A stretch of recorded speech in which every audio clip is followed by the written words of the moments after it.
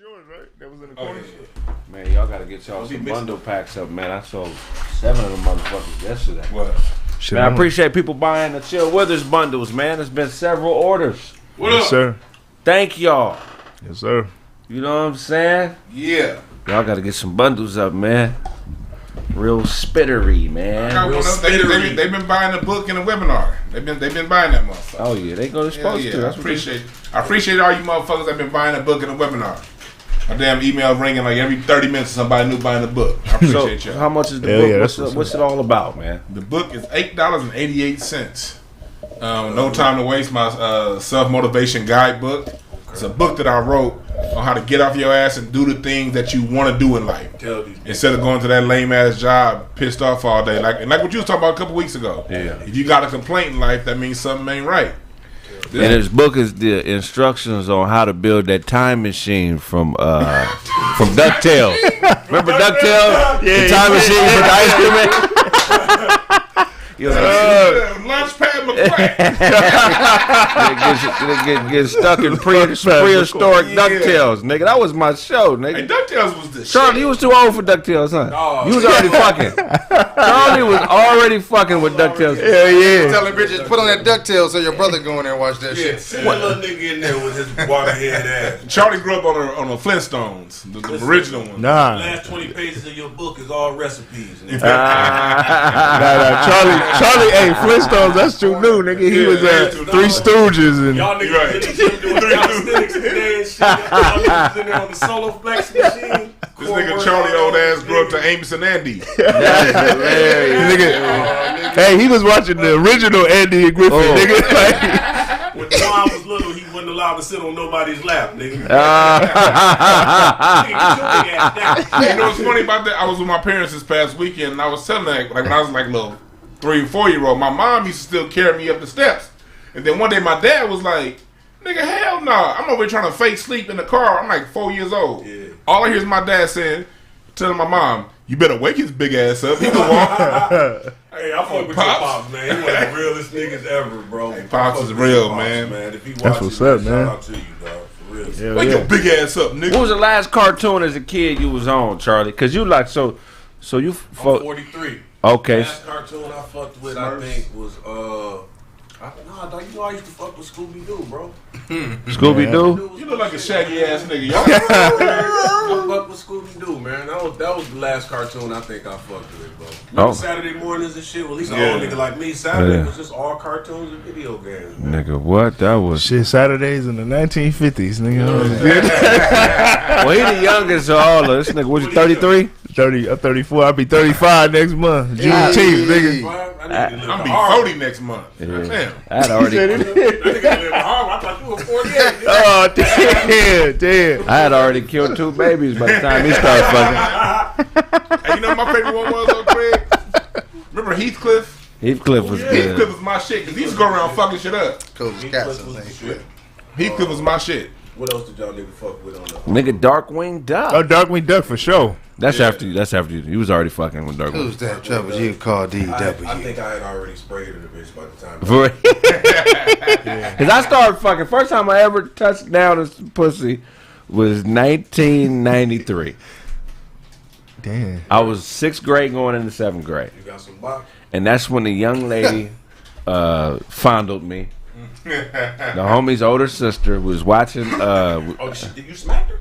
I ended up smacking her, but it was a long-term fondle for like 90 days. It was a long-term fondle. Wait.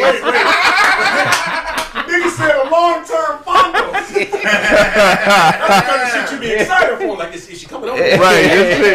Is she coming over today? Let me put my good draws on. Yeah. As soon as I would sit down next to her, she wouldn't even say nothing. Her hand, she wouldn't even be looking at me. Her hand be in my pants playing with my dick. Yeah, I really enjoyed that, bro. And that's the shit when you at that age, man. Nah, yeah, right? Yeah, man, they ain't got. Magic Mountain ain't got shit on that at that age. Is that molestation if you 12 but you like it? How old was the chick though? 18. Well, she was either 17 or 18. I don't remember exactly. Yeah, let's get a visual of how she looked. Let's walk. Titties like a motherfucker. What about the rest of that's when it was back in. Okay, so at that age, I really couldn't. You know, Talk to us about what that body was like. it was enough to where my dick was hard every time I thought about it. Big bitch fondling it, dog. No, she wasn't big. Oh, okay. Here's the cold thing about Skinny it. bottom though. She had them little legs. I think so.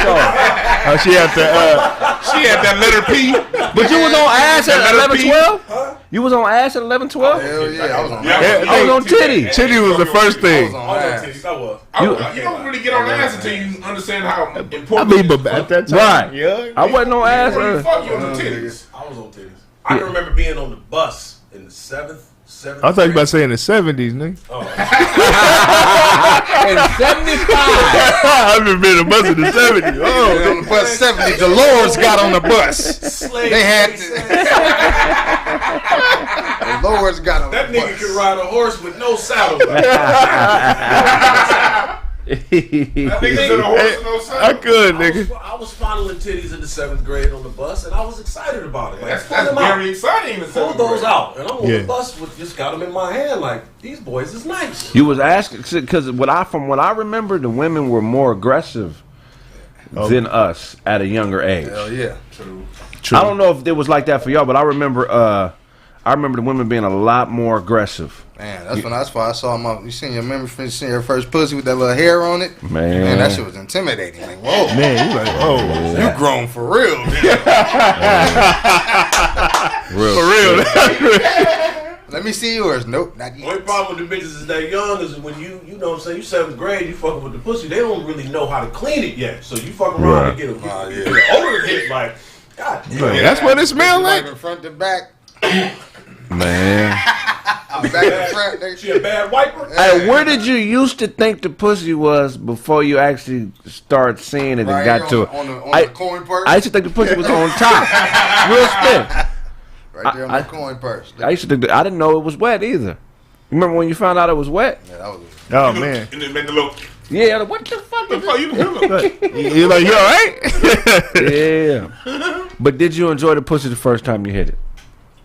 I didn't. I clapped early. First time I got into some box, I clapped real I early. remember that shit. I remember, I nigga. don't remember nothing in that. First time I got in, I shot immediately. Like, oh 2008. shit, I'm done. All right. Shit, I'm done. You was hard pumping or you was stroking? I was power pumping. Yeah. If you run the tape back, nigga, I was sweating on 3 pumps. Like, oh, That's funny, broke down nigga. like a motherfucker during the spray. Oh, I'm done. Damn, that's funny. That's hilarious, man. Yeah. But I remember the day after, man. The day after I fucked, I was a different man. Swag was different. My confidence was on. Yeah. Oh, yeah. You felt like you could accomplish any of them now. Like, Before you start fucking, you didn't really know where the guy talking to women. You was just talking to them because you liked them, but you never thought about fucking when you liked it, man. yeah. All you want to do is just grab titties or ass. When did y'all niggas start getting in the ass? Shit, I don't even remember. I remember my 5th grade girlfriend stopped fucking with me because I didn't want to fuck. In 5th grade? 5th grade. Was you in prison, nigga? I was in a prison camp in Guatemala, nigga. This bitch is like, we need to have baby. Nah, I don't know. I was in the 5th grade, bro. I remember Bridget. I'll say her name. Shit, I don't give a fuck. That's an 80s name. You hurt my heart, you light-skinned, green-eyed bitch. Anyway, so I remember her homegirl came up to me before we was getting on the bus. We was lining up to get on the bus. You know, you got niggas go to different schools.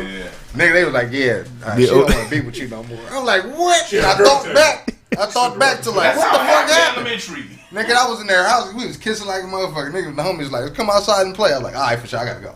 Yeah. You know what I'm saying? Either you go hoop or you just It pussy. was a hell of a football game going on. So I heard niggas yelling and shit. I'm like, oh, man, I gotta get out there. Fucking that. In the 5th grade. Yeah, I was done after that. She was done. Oh, you don't? Like Is there that any first way kissing that chicks is and there all any that? way that sex at an early age could possibly be good for you? Man, I don't know. No scenario. Yeah, Where- well, you if you gonna not- have fun in college, you know? Yeah. Right. If you're not raised in a way that gives you perspective, then no. Because if you clap too early and you don't have no perspective on top of that, you really think that's everything. Right. And we see this all the time in our society. You got motherfuckers in their 50s still thinking sex is every goddamn thing. Man. You know what I mean? Well, it depends on everything. like growing up, like he said, that motherfucker out the right. The first time, like the But first if time you do perspective, it, you good. the first time you do it, you be like, oh, that's it, nigga. Yeah. Caligula, one of the youngest kings in the history of Rome. I think he became a king when he was like 12 or 13. The nigga was taking down hips. everything. He was a weirdo though. He was taking down eight. He was fucking everything. Niggas and goats and shit too. The nigga was the nigga would make everybody that was within like a certain parameter of the castle and all that. He would have the guards round up thousands of people, and he would make them watch him fucking motherfuckers. Man. No, nigga, you can't leave. Watch me fuck this girl. Only this nigga brings up Caligula. Nigga was a weirdo. He was known as the Mad King. Nigga walk a horse in there. This nigga A was horse with a thong on. he was a psychopath. He was Hey, I need y'all to like this shit and share this shit. Craig, the only motherfucker on the internet bringing up Caligula. You gotta look up this nigga, bro. He may be the prime example why fucking too early is not good. It's not the move. Because he was doing shit that was uncalled for. You know what I'm saying? Yeah. You know, he would do shit like fuck a husband and a wife in front of 2,000 people. Like they'd be walking down the street, grab him, I'm gonna fuck both of them right now. That's crazy. You heard the story about Caesar raping the calendar guy? Nah, talk about it. When Julius, like the reason why we have the month of July and August is because of Julius Caesar and Augustus Caesar. Right. They changed the whole calendar around. The beginning of the year used to start in the spring. It was a 10-month calendar. You know what I mean? That's how the whole world saw this shit. But Julius Caesar came around and was like, I want to be remembered forever. So the motherfucker who's be in charge of the calendar and everything for Caesar, like I said, according to legend, I'm gonna keep it at that, used to rape the motherfucker that was in charge of the calendar. And he had to change it. He basically smashed him and was like, all right, now I'm put in the month of July, for Julius Caesar. Can I ask you a question? After as a man, after the first time a nigga hit it, rape you, is the second, third time still rape? Yeah. Cause you ain't finna multiply rape me, my nigga. Well, I got a joke. That's a good question, dog. That is. I was thinking like I got a joke where I say, man, what did I say? Something about I found out the homie was gay, but he was trying to justify it. You know what I'm saying? He's like, man, I try everything once, nigga. I don't fuck what it is. So, you know what I'm saying? I said, I let a nigga beat my shit up 6 times, and I didn't like it that much. That's how I know I'm not gay. Like 6 times? 6 times? that shit is crazy, nigga. Because it be niggas that come out of jail and then they won't say it out front, but like niggas be like, I mean, when you in jail that long, you anything. Nah. He be like, wait, what are you talking about, nigga? Shut the fuck up. Man. Right. I mean that motherfucker meditate. I think fucking early is cool if you live in a society where they arrange marriages. Okay. You know what I'm saying? That makes sense. Okay. Like, I mean, if we live in a society that's not Europeanized, where we don't necessarily do things the way we do it here, you know what I'm saying? We already know what the family business is. Yeah. Her family knows what their family business is. Now we're just trying to continue a legacy.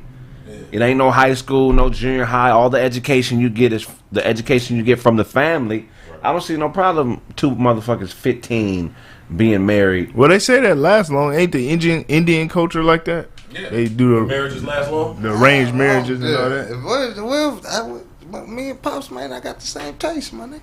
Well, I'm saying, I feel you. But I'm a little Beasley bitch. I'm not finna be with that for the rest of my life. You know what I'm saying? But if it's a girl that you're attracted to, the girl say Pops know your taste. He get you the baddest. He know what you like. He come. What's the point of dating if you know what I'm saying? Like, but she fall off. What she fall off though? What you mean? You talking about like when she have a shorty and she blow up? Yeah, you know what I mean? Where she the bitch turned into SpongeBob? The reason why that bitch look like Patrick. Women don't know how to pick men, bro. They don't. Nah. They suck at it. It's not their job, though. It's our job to hunt and find. Yeah. Their job is to be set up and ready when it's time to be found. But I don't think it's. Here it is. Here's the difference. a woman decides when a woman decides if she's going to allow a man into her space. A man decides if it's going to go to marriage.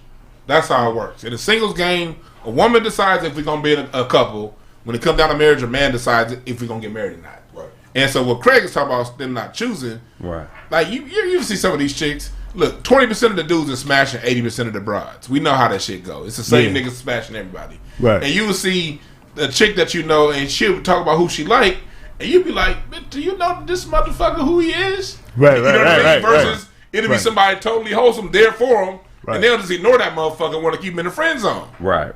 That's what the part which you said, like, as far as them not knowing how to pick. I agree.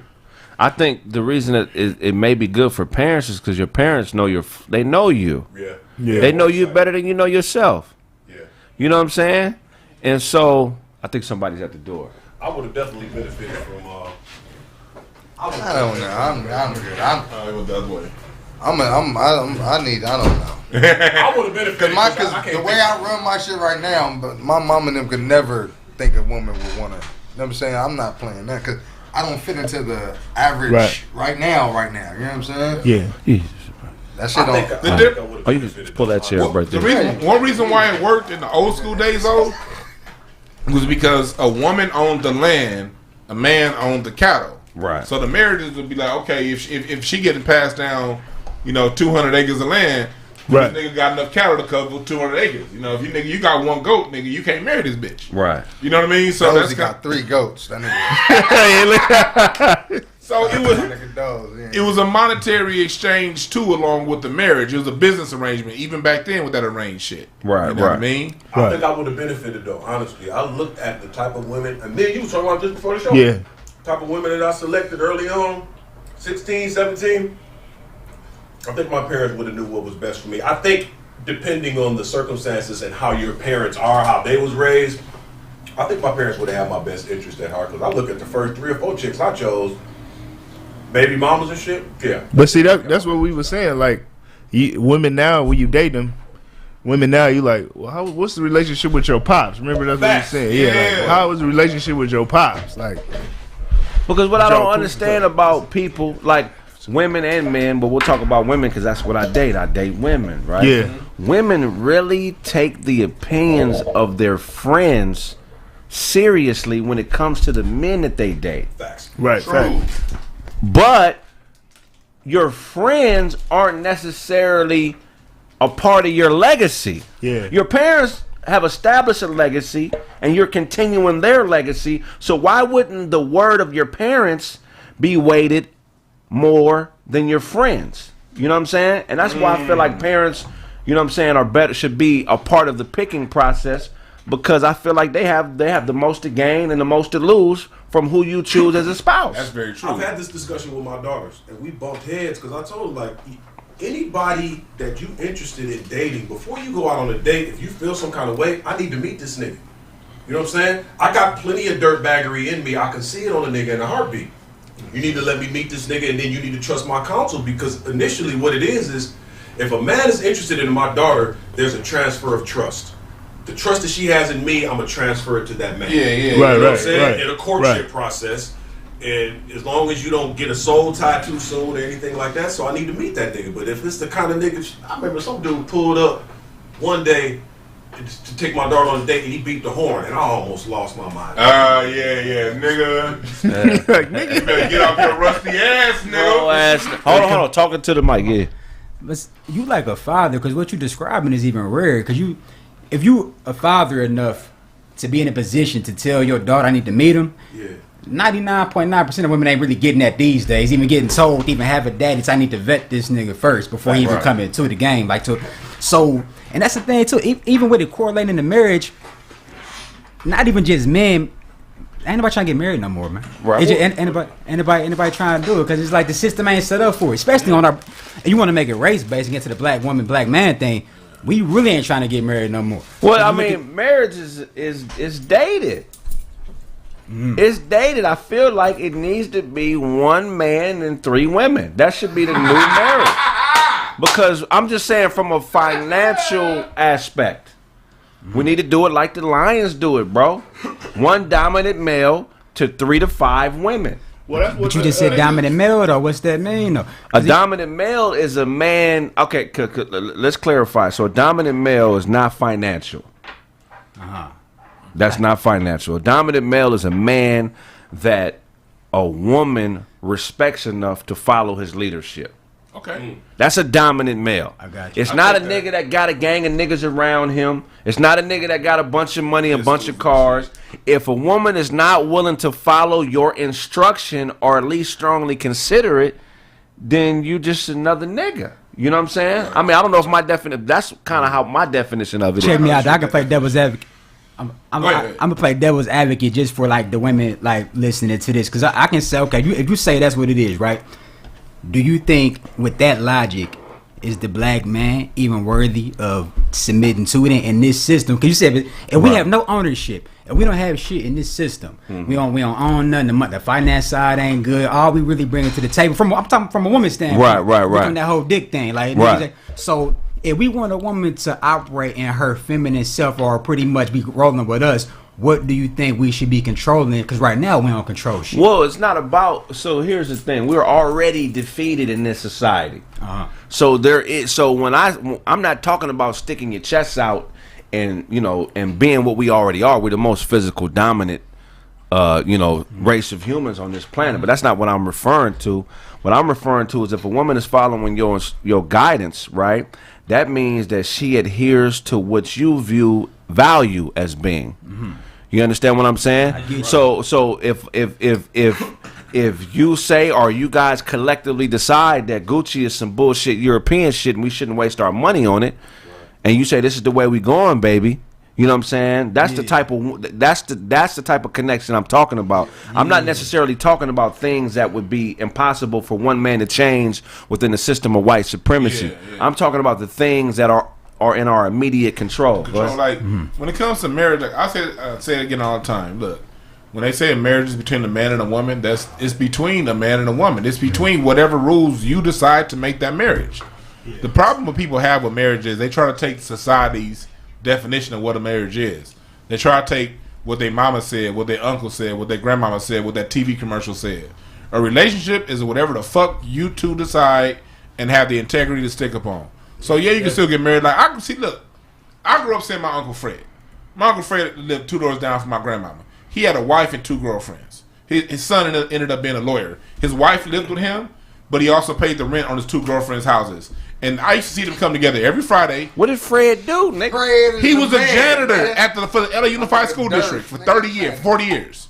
He was a janitor for the LA Unified School District for 40 years. What kind of car did he drive? Nigga had a Deuce in the car? No, I'm saying he didn't. It wasn't none of that stuff. He was Fred was honest. Nigga had a Delta 88. Fred, That's what I'm gonna say. He had to, because it's all about communication. Nigga had the coldest Datsun collection, nigga, on the west side. Hey, for the sake of the story, you gotta have a Deuce in the corner. You gotta have Deuce in the corner.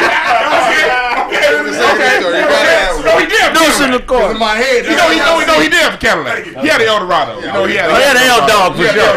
Nigga, Fred is a nigga with an L-Dog. Had an L-Dog. Okay. But I grew up seeing my Uncle Fred with a joint in one hand, cigarette in the other, Hennessy, and he played dominoes, and his wife and his 2 girlfriends would get together. Okay, he's gonna eat at Lillian. He's gonna eat at your house on Tuesday through Thursday. Lillian. Florida, he's gonna eat your house Friday because he will stay at the side chick's house. He live near the work. Hold on, this is Flora. What is it, Flora? Oh, last name. No, Flora and Lily. The 60s, nigga. You know, nigga, he's the age. Lily and Florida. I grew up as a 3-year-old seeing one man, so I've always known that men can do this. But as I got older and I got to ask Uncle Fred questions before he passed away, it all came down to his honesty, him telling them what it is. Yeah. And thinking you'd be surprised with that. So when I got in my 20s, that's what did Fred say? That these are my foster children. I can fuck them. Okay, they're not related to me. But see, they turn 18 and stay. I mean, his pussy is rent. If you turn 18, no, I'm fucking. And they all stay with him. A man is supposed to ejaculate every 72 hours. You can fuck your foster kids. Everybody knows that. Everybody knows that. It was beautiful though because. But see. What? What he was doing. What happened was, this is why it was beautiful because no bullshit. This is why it was beautiful because Uncle when his first girlfriend died, when his first girlfriend died, the other two planned the funeral. When the other two planned the funeral, and then when the second one died, the only one living planned the funeral. Oh, yeah. And when he died, she was with him at his funeral. Yeah. Hey, no bullshit. I was just talking to a girl that found out that her daddy. This shit confusing. Her daddy is her granddaddy because her mama is also her daddy's. They got the same daddy, and she just had to find this shit out. Like, daddy was in the house. Yeah. Shout out to her. Yeah. So her daddy was fucking his daughter and his granddaughter. Daddy was running through the whole crib. Us like some kissing cousin type So shit. Aretha Franklin kind of shit. Man, like she got crazy daddy issues. So I'm sitting with her as she finding this life changing news out, and it's like, Why your daddy always run the house in gray jogging pants? how you got a sister mama though? That's A like sister mama. that's crazy, man. When I think about your definition of a strong man or whatever it is, I'm kind of picturing a man that leads more than he controls. Right. You know? Yeah, because that's two different things. It's a Completely difference. When you lead, you know, women naturally want to follow good leadership. True. You know, if a man leads himself well first, then he can lead the household. So she wants to know if that man is, in order to be a good leader, you got to be a good follower. True, you either following a set of ideals, you following some type of religion, you're following something. But if she senses that you're a good leader, then it's like, oh, okay, now I can jump behind that board. But it's a lot of niggas is too into trying to control everything going on around them, or the woman. And that only lasts for so long before she like, wait a minute, man, this dude is not a good leader. So many people we see behind whole ass leaders. See, this is what I'm saying. That's what I said to Kraig, trying to play devil's advocate, and then you like explaining it from like, I'm not trying to make it a systemic issue, white supremacy, but you can't have one without the other, because that's what I'm saying. Like right now, we have to though. You can't though. I can explain how you can't do that. Man, You can't sit here and do all that. I'm gonna be a man to follow and do that and the third, and this ain't your shit. If you don't own nothing, if you don't have any place to do anything, if you ain't got no place for your woman to really operate and say, baby, this is mine, this is what we do. Fuck all that. Who does? I'm the white men. That's what all white men own something. Nah, white men own the idea of this system is far more yours than theirs, and white women own that too. So they understand. I can't give them that. You know why? Because they don't. The only people who own the system is WASP. When I say system, I'm saying the only people who own the system are white men, Anglo-Saxon Protestants with no debt and land owning. 99% of white boys don't qualify. I put it like this, right? What would you say if I asked you what women do you hear complaining more, or what women would you say are allowed to complain more about the disposition of how they don't like their men? Would you say black women or white women when it comes to just being able to berate and let you know that you are weak and you are not doing nothing for me? Whatever man allows it to happen. Now, who do you see that from? White women. I would say white women because they have the most TV shows. Now you say whoever do what? You say what? But now you say whoever do what? I say whoever allows it to happen is who. So who allowed it to happen? Do you run any laws? Do you have any government? Do you own who? What man allowed it to happen? So let's talk about it though. But see, the thing is, hold on. Go ahead, Jay. It's niggas that nigga, I'm trying to balance my Go ahead, Jay. No, but it's niggas that don't need none of that shit that got the shit in control, nigga. You know what I'm saying? Like, it's niggas out here on Skid Row that got 4-5. What control you? This what I'm saying, man. Niggas do this dick and pussy thing, and they think because you can go get some pussy. Man, get some pussy ain't shit. If you can't get no pussy in life, then I'm really, really sorry for you. Right. This shit is far. So I just want to understand the argument. Are you saying that a man cannot effectively lead a woman or a house or anything unless he has control or ownership of some type of resource? Okay, I answer you this way, right? Let's take it from you talking about. You were just saying somebody, man, is a good like leader, can showcase this, right? So we get into let's make it biblical to make it even just on some. If the Bible says something, the man should submit to who? God, right? And then the woman should submit to the man, right? So if you submitting to God, then that means that you should have some type of law to what it is you're doing and conducting yourself. But as a people, just in general, as a black man, we're not submitting to God at all. You want to get real rich, just from a spiritual standpoint, just from a mind, body, soul standpoint. Right. So if you literally are lawless out here, not submitting to anything, then how can you ever expect your woman to submit to you? So this is why we got these gender wars now. This is why the black What is black? What is black? Black is an idea. Black is something that the white man gave you and we ran with it. Right. It's an identity that was given to us. So if you don't subscribe to being black, you know what I'm saying? Black is a labor classification, bro. You subscribe by default. Nah, bro. No, you was born into this system, right? So tell me how. My bad. No, hold on. So I get the angle of what you're saying, right? So there definitely are no absolutes. There's no absolutes. How you figure? Because there's nothing. They don't exist, right? So you believe in God?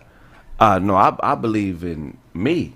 I believe in the people that are around me, bro. I don't subscribe to a religious description. I said nothing about no religion. I said believe in God. Now, what is God? So God is everything to me. Nah, God is order, right? So if you want to take, you want to get. Well, hold on. We're not gonna get esoterical. We're gonna deal with what you're talking about right now, because what it sounds like you're saying is that because we don't control the system of white supremacy, why should our woman respect us? And I understand that argument. 1,000%. Right. We're not 1,000%. We're not going to do this. But hold on. So I can go for that shit and break it down. We're not going to keep. So now we got to deal with, okay, so what is black? What is black and what is white supremacy? Okay, so who controls white supremacy? Who controls the definition of black? The same people, right? So if I did not control the fact that I was labeled black, and the only thing that I can control is my actions, white supremacy per se is not necessarily completely controlling my interaction with women, even though it guides it. You know what I'm saying? I'm only able to do things within the set of choices that I'm given. I still have a personal responsibility to surround myself with women who closely match what I think, where I want to go, what I'm trying to do, and what I want to get out of life. Now, because I don't control the choices that were given to me does not mean by default I'm supposed to say, fuck it, bitch, you're not supposed to listen to me. Because any woman... We got that regardless, though. That's how it is regardless. Yeah, but see, I'm not at the point... What you saying sound good, right? No, it's not sounding good. It do sound good because I walk outside the door. That's not how the fuck we living. But that's how I'm living. Bitches that are around me are in pocket. Now let's break this shit down. What does that mean when you say that's how you live, bitch, when you're in pocket? So you saying that you're not married, right? Nah, not at all. So what is that? What are you reducing this down to? They're in pocket. You got control over these women. They're not fucking nobody but you. No, they pay your bill. You can't oversimplify, bro. You just oversimplify. You just said I'm not married, but these bitches is in pocket like some pimp shit. No, I mean, no. If it was some pimp shit, I would say it was some pimp shit. Bitches in pocket. What are they doing that makes them in pocket around you with no rings, no bills being? What makes them in pocket? Because you can stuff dick in them. They in pocket. Nah, you're not making in pocket. This the wrong room for that one. This the wrong room for that one. This is not that room. This is a room full of soldiers in here. So let's talk about it. We know how I'm rocking. Hold on, but nah. But what I'm out there, young much love and respect, man. $49.99. Yeah. So okay. So what you saying is we at war. Okay, so we at war. So fuck the podcast. Let's go start killing white people. Well, how is the the way you think it. Fuck the podcast. Right? Let's go start killing white people. Talk about it though, right? Because if you want to talk about war, you want to get real technical. In the war, there is radio, and there is the thing about a voice, right? So even having this podcast would still be a form to have a voice to even inspire people. Right. So even just from sitting from the podcast is a form. If we do this the right way, right, and we push shit in niggas' minds the right way, this is still a form of perpetuating the war that we need to be fighting. But this isn't propaganda. Because like you said you're here with some warriors, right? This isn't propaganda. So if this was a propaganda tool, if I was a part of a bigger political mechanism that was guiding my words to put certain things on the brains of people, then this would be considered. I would say, okay, this is a tool for warfare for our people in general. But this podcast is a tool to talk to the younger you, to give you the steps and the guidelines to make the appropriate decisions so you can get what you want out of life. This isn't necessarily completely just for going against white supremacy. It's more complete than that. We've already lost that battle as a people. We're already living in it. We're already motherfucking political prisoners. We're already behind enemy lines. Hold on. So are you saying we as a people, what you want to call? I don't know. You call it black, call it whatever, African, all that. So are you saying in that sense, we are hopeless. Is that what No, you're saying? I'm not saying that we are hopeless. You said we already lost that war that we're still in. But okay, so you can't be in the 6th round. The fight's still going. You getting hit in the head. No, not at lost all. The fight, but you're still getting punched though. So I mean, so we just gonna keep getting beat up because we already lost. No. But you have to organize a fight, bro. You can't just say. So niggas been organized. We can go back hundreds of years. We can go back from this. We can start from the 60s. Start from any pocket. We want to go into the Black Panthers. You want to go into any type of talk about Bobby Seale and talk about all these niggas. If we go back to slavery, get into some revolution, get into some Gullah War shit. Niggas been organizing and stuff. But the one thing that we really don't peep about this shit is the lack of God, because niggas can't detach themselves from Christianity, which is some fake. Niggas say fuck God. Exactly right. What is niggas God? Been saying fuck God, right? What is God? Let me talk on that real quick. This is what I say. Hold on, let him get it off. Let me talk real quick as a married man. Christianity fake, the Bible real. All right, go. As a married man, man, when it comes to my marriage, man, fuck all that God shit. See? I don't do all that. What does God say about my marriage? No, I'm God. God damn it, my wife is goddess, and we create the motherfucking rules. Right. And that's how we get down. And I have a very successful marriage and everything like that. And my wife respects me regardless of what's going on with the system of white supremacy. I grew up in a household with a mom and a dad who had respect for one another. I grew up in a very loving, smile all the time household. And regardless of what the system is doing, I saw it when my parents were Christian. I saw them operate from a Christian point of view and it worked. And my point of view is, man, fuck all that religion shit. We create the rules and it works. You describe it all come down to working how whatever you put out there. As long as you have the integrity to stick to the rules that you create, it'll work. You describing an anomaly. Like that's rare. That's a blessing. If my you wife's parents are married. My grandparents are married. My great grandparents are married. My great great parents are married. Marriage like all of them. So that still don't negate an anomaly just because it happened for you. It's still a rarity. I can say my grandparents married 53 years, died 3 months apart. But what I'm saying is most black men and black women are not living what you just described. That we create our own rules, and my wife abides by what I say, and we got this shit that's flowing smooth. Most of these niggas are in a lot of dissension out here, very confused, very mad at each other, and they're trying to figure this shit out. And the black woman on some shit now, fuck it, we're gonna just get this pussy away. We're gonna fuck we wanna fuck because we like dick too. Y'all niggas like pussy, we like dick, and we ain't gonna do all that commitment shit because you niggas fucking everything out here, and ain't nobody got no money. Well, I get what they going through. What I'm saying, it's a lot of motherfuckers though, man. I'm saying you're right. But you the 1%.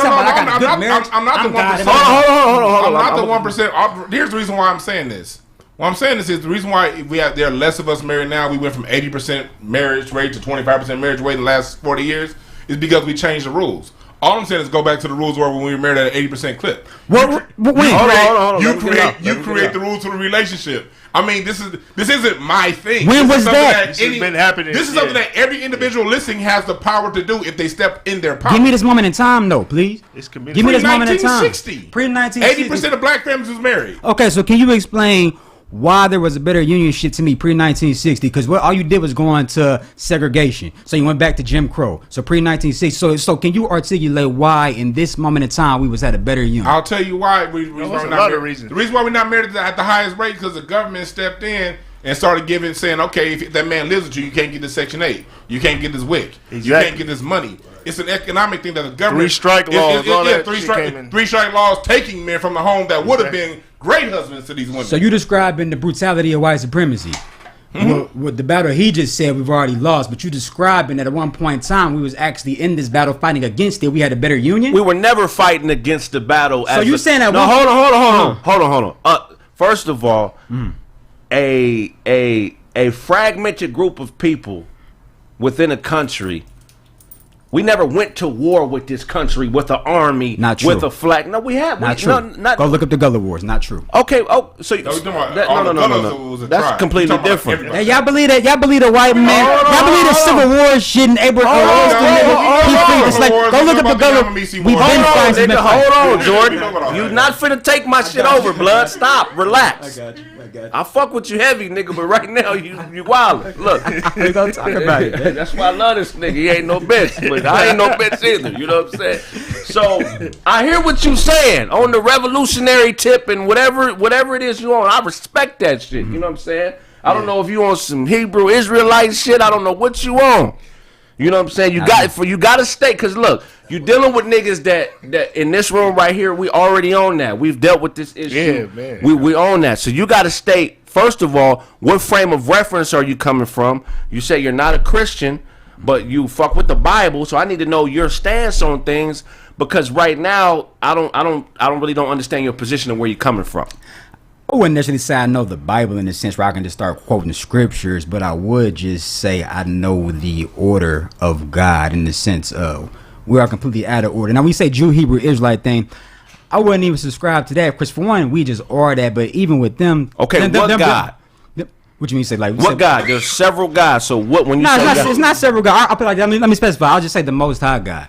So if you want to say if you want to take the Bible, right? Because we can't seem to detach ourselves from Christianity with the Bible. So if you ask anybody around my age or younger, you bring up the Bible, niggas gonna say, "Oh man, that slave book, that book got in slavery." So niggas can't understand that Christianity is fake and the Bible is real. So they can't understand. Right. So but hold on. So when you say the Most High God, give me a frame of reference for where you like what. Now you can say the God in the Bible, but the thing is, when you say the Bible, it's become such a vague thing because you equate it to Christianity. You equate it. I mean, the Muslims took the Bible and done what they done, and like you just said, the Jew, Hebrew, Israelite. I don't even like that bracket because them niggas be on the corners of all that hating their heart, convicting everybody, and telling everybody that you ain't got your threads on or whatever it is. Like, and that's not what I'm about. I'm about you can simply look at this system. You can look at the black man, woman, and child, and you can see how lawless we become, see how out of order we are, and you can see that this is all based around dysfunction. So are we not submitting to God, then who are we submitting to? But Charlie, then you have answers. Charlie, what do you have to say about what he just said?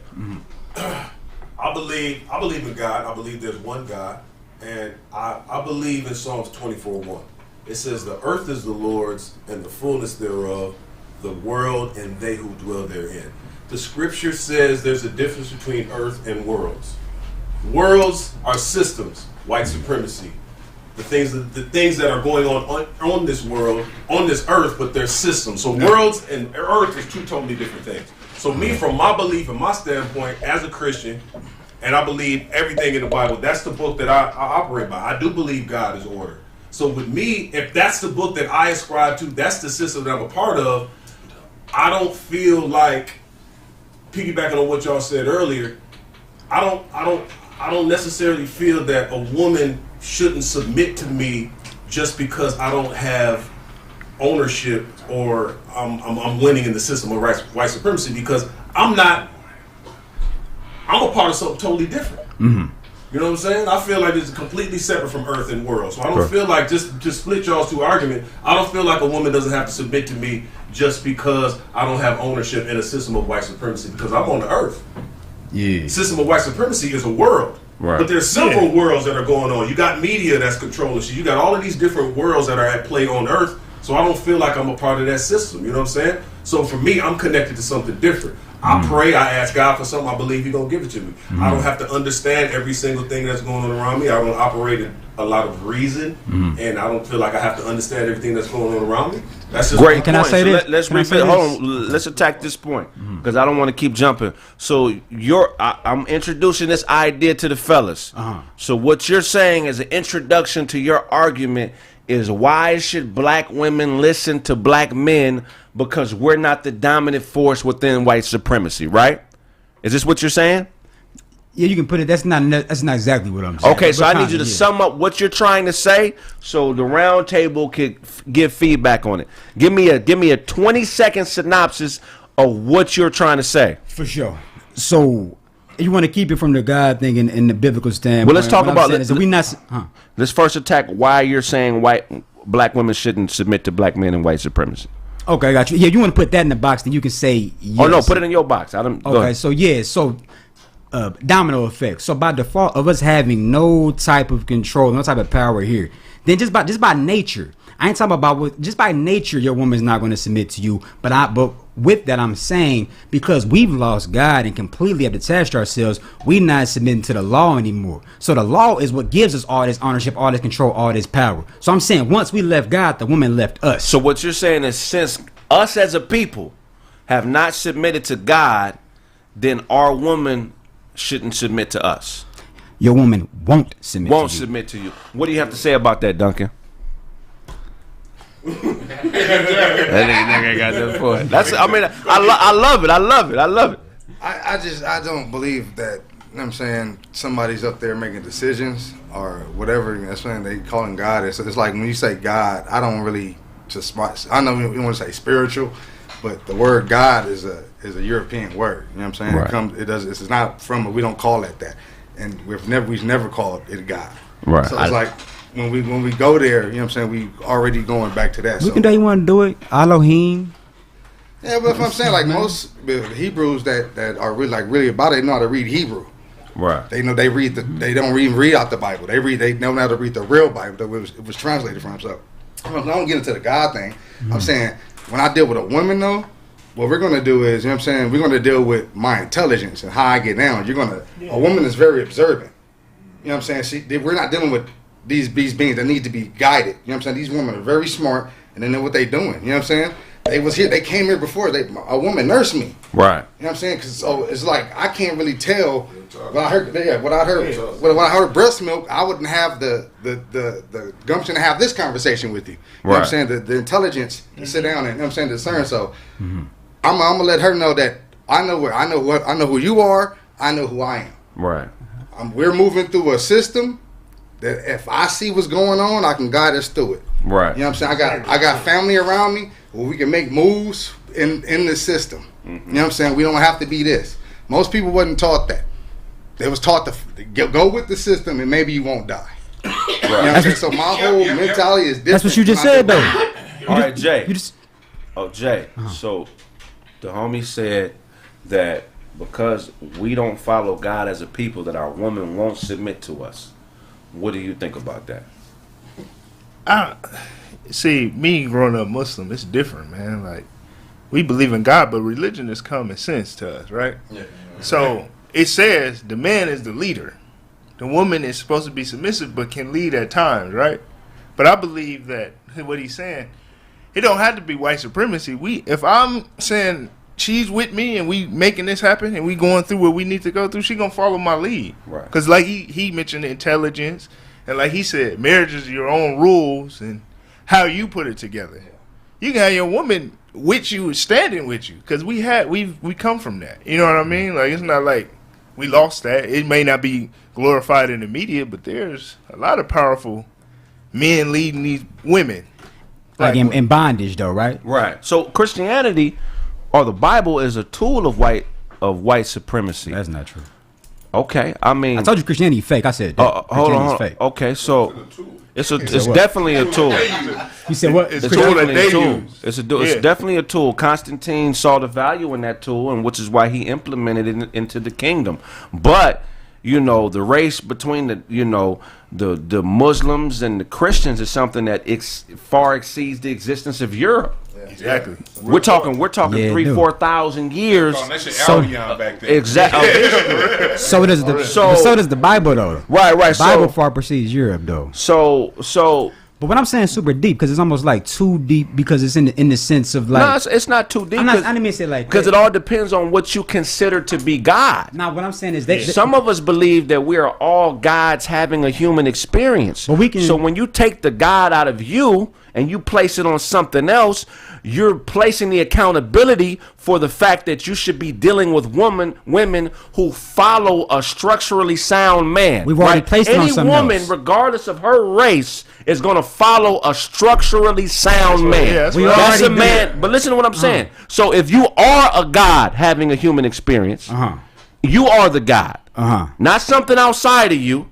Then your woman is supposed to submit to you. But if you view the God as being something else and you think that this thing that is outside of us that our people haven't submitted to is the thing that should require a woman to follow you, then it's going to be difficult to get a woman to follow you because a woman wants to be around a God having a human experience. What is a God? That's a nigga who creates his own destiny regardless of the odds, regardless of what's going on around him. Right. But what I'm saying is, but what I'm saying is, so that's two different outlooks. If God is something else and it's not me, and our people haven't submitted to a God, which I think God is love. So if God is love, why would He want you to submit? Why wouldn't He empower you so you could do the submitting?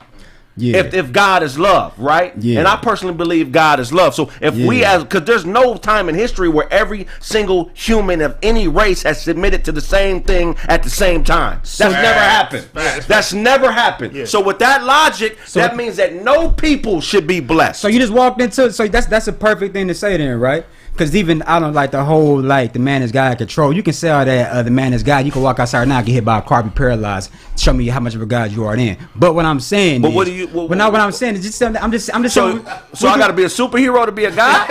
No. But hold on, that's it. That's it. Are you saying? No, that's it. That's interesting you say that because you are detaching the aspect that you are flesh and blood. That I could like, you could like set yourself on fire. You can go get into a freak accident. You can do a bunch of man type things that will quickly make. I guarantee you can make the Superman joke now. But I promise you'll be in a hospital room submitting and praying to somebody. But so listen to this. What I'm saying, that's not even about that. What I'm saying is in the sense of exactly what you just said, right? That's the biggest problem with Christianity, and that's what Constantine did. Constantine made this shit universal. Constantine got you calling yourself black, got you calling yourself African American, got you calling yourself a nigga. Everything that you are not. We were only supposed to be the ever people submitting to this word. The Bible is for us. It ain't for no white man, ain't for no Asian man. It is for the true God's true people. Because we're so confused, you mean to tell me that name a king before the first pharaoh of Egypt. Name a king from 6,000-7,000 years ago. From 6,000-7,000 More from like the ancient dynasties or something. Like the I'm talking about pre-dynastic king. Pre-dynastic king. You can't name any king. And then they said pre-dynastic, they had way better technology than they had like dynastic. Yeah. So why was that? The pyramids is when technology went down. Yeah, it was killing shit. You can just look at the prophecies in the Bible and see they only are describing a one particular group of people. You can just look at the uniqueness of us. Look at black people, man. We don't got no money. We don't got no ownership. We don't have no. We the baddest motherfuckers on the planet. Though, why is that? So but nobody look. It's an illusion if you think that it's an illusion. White people need us, man. Hold on. They leeches off of us. Hold on. But it's an illusion to they soul suckers. I hear you. But it's they've been sucking us dry, and we over here miserable. Nah, I'm not miserable. Can't tell our women. I'm talking about as a people. As a people, yes we are, man. It's not genuine enough for them to do that. Because as a people, we are miserable as fuck. No, but everybody... Niggas is stuck out here. Niggas hold on. Are there such thing as like individually, I'm happy in the motherfucker. My skin glow. But as a people, no, we miserable. That's the question, though. Is there such thing as trailer parks? Is there such thing as trailer parks? Yeah. Is there a meth epidemic in America? Yeah. So white people definitely ain't. So check me out. So that, but don't that further prove the point, though, right? No, bro. Let me step in. Hold on. Let me step in real quick. Because whenever you're judging a segment of society, you always have to compare that against society itself. Are black people deviants from how society itself is run? America is stuck on Oxycontin. It's stuck on meth. It's stuck on opioids. This is a drug-filled nation. You need drugs because you're replacing something that's not there. Usually what's not there is an emptiness inside you. So we live in a very drug-dependent, deprived nation, sexually depressed nation. We live in a nation that judges, that's in debt. If you want to see the highest debt, we're shitting on black people. If you want to see the highest debt in California, in any city, it's in Yorba Linda, California. Ain't nothing but Asians and white people in there. What does that tell you? It said they have the highest house debt, the highest car debt. What does that tell you? You got a whole bunch of people fronting to live a life to impress other people. Yeah. So what black people dealing with, we're dealing with a problem that American society deals with. It's spiritual. As above, he just said. Let me finish.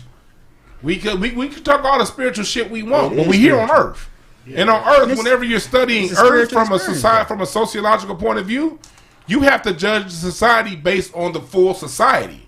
Yeah. So when I put black people's everything we said is wrong with black people. It's wrong with everybody. Is it wrong if you're in the United States and you assimilate to the United States systems? Why is the magnifying glass? And when it comes to white people, one last thing. Okay. When it comes to white folks getting all theirs, we also got to remember this. These regular white folks we see every day, they got half of a penny more than us. Right. They still under the same bullshit ass illusion we under, and they dealing with the same issues we dealing with. What does Christian Amurte say? Hold on. What does Christian Amurte say? I always steal this quote from Zoe. There is no healthy way to assimilate into a sick society, bro. So the sickness, you cannot take the attributes of the sickness and just make it black. You can't do that. That's an error in perception. I know it feels good to do it. What you saying? What I'm doing? Black. Well, I'm that ain't just what saying. I'm doing at all. Oh, so but to think that our people are cursed because we haven't bowed to God is fucking crazy. Because that's not crazy at all. I can articulate. So that's crazy, right? No, what I'm saying, I'm not saying you crazy. No, you can say listen what I'm saying. Listen what I'm saying. This is what I'm saying. That the reason that's crazy is because the definition of insanity is to do the same thing over and over and over. So why are we doing it? But expect different results. Why are we doing it? Name a time for me in history where religion has been a long-term solution for a people's problem. It's only caused dissension, warfare, murder. Who said anything about religion? Well, what I'm saying is, you're making this about religion. When you say you bring up the Bible and God and all y'all can associate with religion. No. I'm talking about birthrights. I'm talking about who you are. Okay, but I'm not even talking about the more shit because that's bullshit. I ain't talking about no more shit. I said birthrights. Okay, when you talk about birthrights, land rights, nationality, because he just said trailer parks and he just said meth and all that type of stuff. Because right. So that's we talking about gasoline syndrome, right? So I never said white people wasn't a hateful demonic entity. If you really want to like get into it. So if the devil always looking to use, have you ever seen them viral videos where a motherfucker like over in some foreign country is throwing gasoline about to set somebody on fire and they get the shit on themselves? Right. Like the shit they throw it on themselves too. Right. So that's what he just did with the whole like. So you because we can if you want to take that heroin meth shit, we can talk about abortions. We can talk about how abortions was originally for black women to kill their babies, and white girls is the one doing it. Hold on. Now because you can't do that. Jordan, hold on, hold on. You're taking pieces of what I'm saying and like no, because you turning it. It's good for the comment. No, but because you turning this. What Dave Chappelle say? No. Just say no, right? Just say, cause the shit fucked them up too. Jordan, hold up, baby. Who get killed by police? Hold on, family. Hold on, family. Hold on. You taking over the show? This is not that. This is not that, baby. Hold on, baby boy. Hold on. So you was gonna. I was just gonna say. I fuck. Go ahead. I fuck with the nigga. What we dealing with fundamentally. This is what I believe. Genesis 1:26 says that God created the earth, right? And then He said it again in Genesis 2:7. So how did He create it twice? First, spiritually, the world was created, and then second, it was created in the actual form. So what we're dealing with is an invisible realm. There is a spiritual realm that we do not see. I agree. Active on a regular basis. You know what I'm saying? You feel it when you're in a room with a chick and a certain music come on. You get this feeling like, damn, what the fuck's going on? It's a spiritual. Depending on what music is playing, there's a spiritual world that's at place at all times. And when we speak our words, Proverbs says death and life is in the power of the tongue. You speak, that's how you create. You activate it, you call to it in the spiritual world, and then it happens in the natural world. That's how I believe we create. I do not per se believe that. I mean, if I'm a God, I can't go out there right now and just make a tree. I can plant a seed, but I can't make the seed, which means that I'm not God. But that etymology, bro. That's some superhero shit. I just say get paralyzed by a car. But when our people describe us being gods, they're not talking about Marvel comic book shit. That's some European shit, bro. They're just talking about the ability to create. And I do think they misconstrued the Bible. I think that they grabbed it. They grabbed scriptures, and then they was like, it says here you're supposed to be a slave. Quick question, Charlie. How many kids do you got? Me, I have 5. That's 5 times master creator, nigga. No, yeah. You a creator like a motherfucker. No. Here we go. You created life, nigga. I'm about to say, man, that's the case, man. Go. I nutted in the bitch. I'm about to say that's come on. That's what I tell you what the black man said. You know, her dad's seed made the egg when he nutted in his mama. Keep going back. And you got a shirt that say Hotep. You can't take that one sperm to crack that egg. But check me out, right? But she got a great grandfather after that. Then look, hold on. It gon' keep going, fam? So what I'm saying is, listen. Go outside and just make a tree, make fish. You said we're supposed to be creators, right? Make fish. We know how to fish. If you had an You said we can create, right? So would you say that we? So if we can, in this room, make a seed. Exactly. You can. But that's Monsanto right now. They got a whole bunch of man-made seeds for your ass that grow trees, that grow cherries, apples, lemons, all that shit. Where do you get all the substances to make those? They made them in a lab. That's why it's called GMOs. Genetically modified organisms. From what? No. Okay, whatever. I just told you from what, nigga. If you don't want to know, if I'm saying, but how they make the seed? Now that's a real technical question. You can't say that. Then not explain how they make the seed. But we ain't even got to get into that. I want to go back. It's how they make the seed though. Hybridization, broski. It's hybridization. What the fuck does that mean? Hybridization. What I'm saying is basically, I can ask you. What we're gonna do? We're gonna do this because this is what I'm not finna do. Every time I say something and it's over your head, don't say I have to explain it. Then when I start explaining, well, nah. It was over your head because you couldn't explain it. So that means it's over your head. I can't explain it because every time I say something, if I say how you make the seed, hold on. Let's give an example of what you do. That's what I'm saying. What you do. I can't get a word out because you're gonna jump on that. You just can't explain. That's all that is. I feel you. Go ahead. Explain it, bro. I just want to say one. Go ahead. Let me say talk. Look, whether you believe in God or not, everything is on this earth for man to use. The seeds, the animals, all of that, right? Nah. How's that not true? How's that not true? I was using magic mushrooms this past weekend. No, but I'm saying, you understand what I'm saying, though. You get what I'm saying, this, but it's kind of funny, but at the same time, this is really why we be going through hundreds of years of slavery and shit. We really some arrogant motherfuckers. Not being for real, bro. We some arrogant do what you want to do, motherfuckers, man. I know we are some arrogant do what you want to do, motherfuckers, man. Let me say this. Hey, bro, I had a mother. I live a right with his shit, nigga. I do anything I want to do, bro. I grew up militant, bro. Ain't nothing enslaved with me. My mama was in the civil rights movement with the water hoses getting sprayed on her. I'm not saying no. I'm talking about the black men. Us as the people, not just you. You got men in this room that, you get what I'm saying? Like, we all making a point. It ain't, niggas ain't, I can't even get let me say real quick. This is my point of it with it. I am not going to let the underbelly of black society define us all as a people. That's what I'm trying to say. That's what I'm saying. What's the underbelly? No, what I'm saying, the people who you talking about that don't believe, the people that's all up in this other shit, the people that's so down and beat up and depressed, master won't let me move. That's a lot of motherfuckers, man. That's a lot of motherfuckers, man. I would have been a field. Let me finish my point. They're black people. We are arranged just like any other group. Look, man, when I was 17 years old, we moved to a part of LA called View Park, Ladera Heights. Guess what?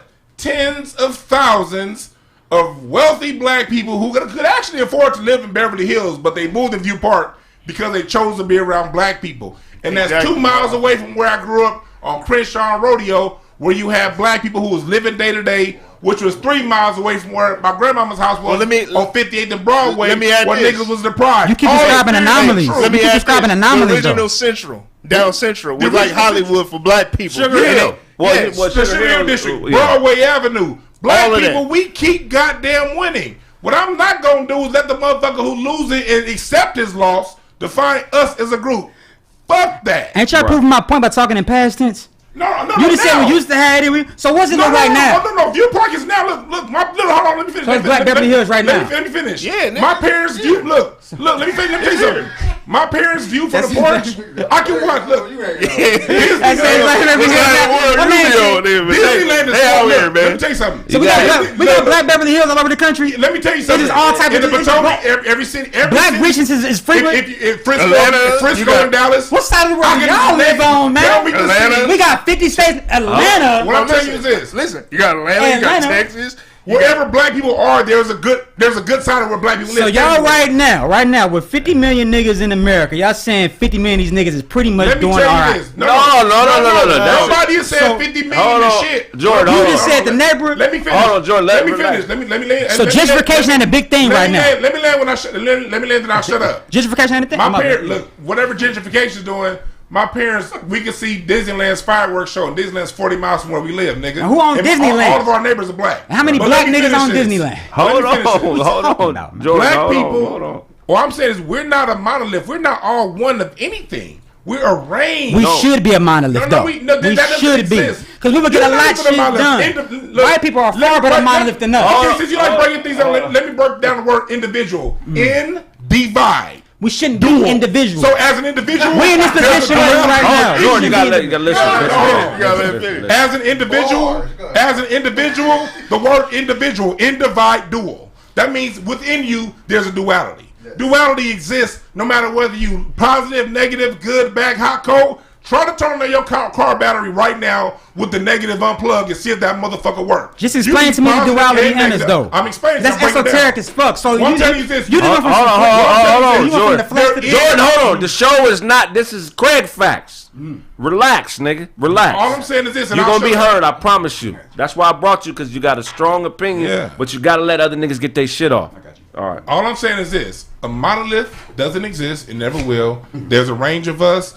And there's good and there's bad, there's rich, there's poor. Yes, we have a disproportionate amount on the bottom end, but I'm not going to let that define my experience as a black people. All of us exist, and after damn show ain't going to let the worst of us be the speak easy, be the representative of who we all are.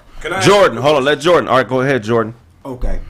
So, what would be the end goal? Because if we can sit back and do all this individual, do all this independency and say, look, as long as I got my wife, I got my house, hey, all them other niggas, if we trying to move as a system, which monoliths though, or you want to see a monolith, go to Chinatown and go ask me what they own there. Matter of fact, just look what white people done built. If you want to see examples of monoliths, so 3% of white people fought in the Revolutionary War. 3%, not 100%. I said, look what they built. Matter of fact, I should say that differently. I said different. Look what we built and look what they own. How about if I say it like that? Because we built this shit, but we ain't got no paperwork to prove it. But what I'm saying is, if we can do all of this type of individual talk, then at what point do we start to realize that it's to our detriment? Because if we don't own nothing, if we don't take back nothing, then how will we ever get to a point of unionship to really get out of this system? Unless you're just saying, let's just try to be as good as we can in the system. I'm saying, fuck the system. We need to tear this shit down. The only way we can tear this shit down is by returning back to the Most High's order and doing that. So let me ask you a question, because you keep saying the Most High. Right? So it ain't too many one-man religions out there. I need to know. Right. I need to know what you mean.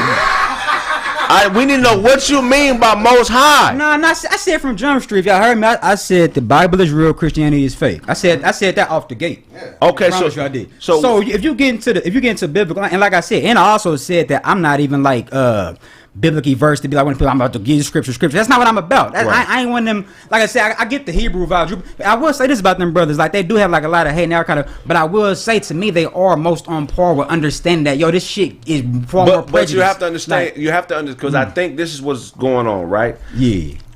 You've been consuming a lot of information. Mm-hmm. And I just been thinking. Yeah, most definitely. And which is one reason why I fuck with you heavy. But it's a different responsibility when you're speaking to the masses. There's several thousand people in here. Yeah, I know. So you can't make blanket statements. Make sure y'all smash that like button. Make sure you can't make, look, listen to what I'm saying. So in your position, you probably the youngest nigga in this room, right? Yeah, bro. And you deserve to be here, right? But when you speaking to the youth, you cannot be halfway organized. You can't say shit like the Most High.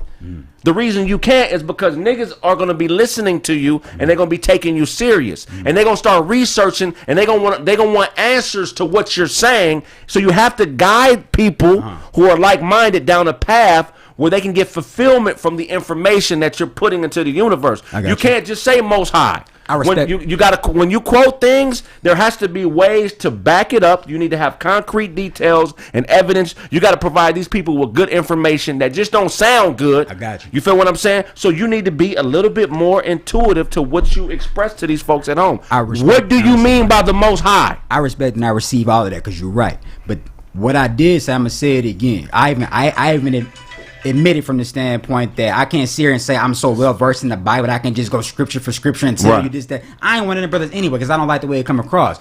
But I'm very, very serious when I say the Bible is real, Christianity is fake. So when I say that, I'm saying this. So we do get back into biblical text, and we understand that this book is FUBU. When I say FUBU, this book is for us, by us. Okay. This book, and when I say us, I am talking. I can't even get into the whole direct, because this Deraspa shit, some white man shit. They got you thinking, if you got this melanin, then we are the same. So you go over to Africa, you think you them. You go over to any world on the planet, you think like we don't even really understand how unique this American pocket is, how unique this Caribbean pocket is, how unique this Haitian pocket is. So what I'm saying. But if you can look at us as a demographic of people, if you can look at the sector and say, what is this targeted sector? Why are we going through all of this? Why are we so miserable? And even like what he just said, white people can do their meth in peace. I do my meth, I get 30 years in prison. I mean, I do my shit, I get 30 years in prison. So we can talk. No, I'm just saying, you said they got trailer parks and they do meth and shit, but we know that we're targeted though. We are targeted. So at the rate we are. No, they not. But you can't at the rate that we are. But that's what I'm saying. Because then we let them off the hook. Hold on. See, this is the thing. See, you want to do comparisons and who right and who wrong. So I'm just doing it back. But see, that's what this is. My man was speaking about duality, fam. There can be two things can be right at the same time. That's what I'm saying. If you're going to be combative, and I want to ask this too, since we got the revolutionary going, right? What's the first rule of revolution? Oh, tell me. You have to feed the people. You got to be able to feed yourself. You got to be able to feed the people, clothe the people, teach the people. Right. Do you have an organization set up to where I can tell my sons, go to this man, he say the Most High gonna protect you, and he can feed you and say fuck this system? If you don't have that, you sound like everybody else that come on and say fuck the system, but get in a car, use GPS, use a cell phone, pay white people and a cell phone bill, pay white people rent, pay white people electric bill. Hold on, you said that's two different things. Fuck the system and fuck innovation is two different things. No, not innovation. You can't say fuck the system, start talking about technology. I'm asking, is it something that exists that you have right now? Because when I say I'm finna do something, it's already in motion.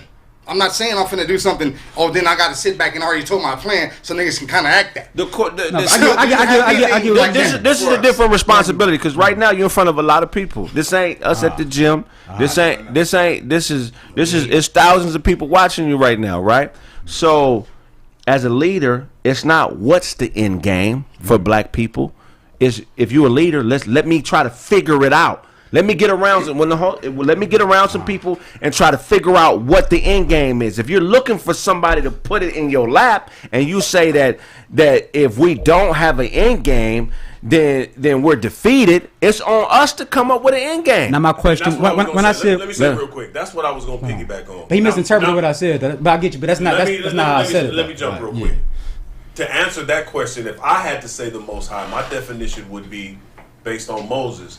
When Moses put his staff on the ground, his God, that staff ate up all the other staff. So there are other gods, but when I say Most High, it's the Most High God that's above the other gods. That's my definition of it. And so, and now I understand where he's coming from. I understand the set of principles that guides his thinking. Now we can have an important conversation. Yes. Now we can move forward. But hold on, you say because he put God at the end of it? No. You said me not saying Most High God is not with No, because what you have to understand is like you're okay. So right now you're making a semi connection with the people. I already know my fan base. What? They like, this is a smart nigga.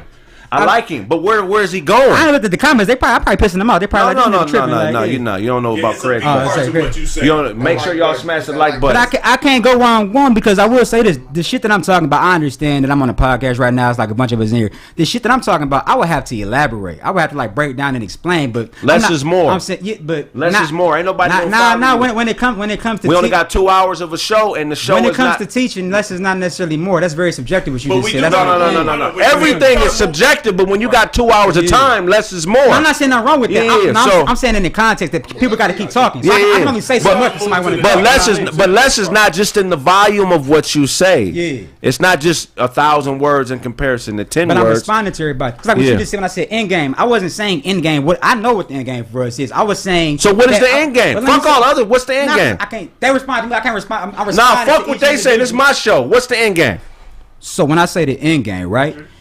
The end game is the same as the beginning. The end game starts when we really do return back to God. Okay, so all of that was to say, okay, I got you. But it's a lot to say with that, though. No, you don't have to say that's too vague. We got. What does it mean? What does it mean? You got 2 lines. Because what does it mean to return back to God? But what you have to realize is you can't assume that you're operating in a space that niggas can't get what you're saying. Everybody in this room is all that matters, and we understand what you're saying. Yeah, so don't even think that this ain't one of them situations, nigga. Trust me, you straight. So now we say we got to get back to God for us to succeed as a people. So my next question is, what God do we have to get back to? The God of the Hebrew Bible. Christianity is there spoken we go. Okay. That's all we've been waiting on. That's all. Hold on. Hey, you're following. Did anybody hear me say? Has anybody heard me say 1,000 times Christianity is fake? The Bible is real. No, you've been saying the Most High. I said Christianity is fake. The Bible is real. Okay. I've been saying the Bible is real the whole time. Like what? But like all I want to say is this again. Y'all niggas. I want to answer your question from earlier. Earlier you said, how do we come together if we don't own anything, if we don't do anything? Facts. Well, the answer is this: own something.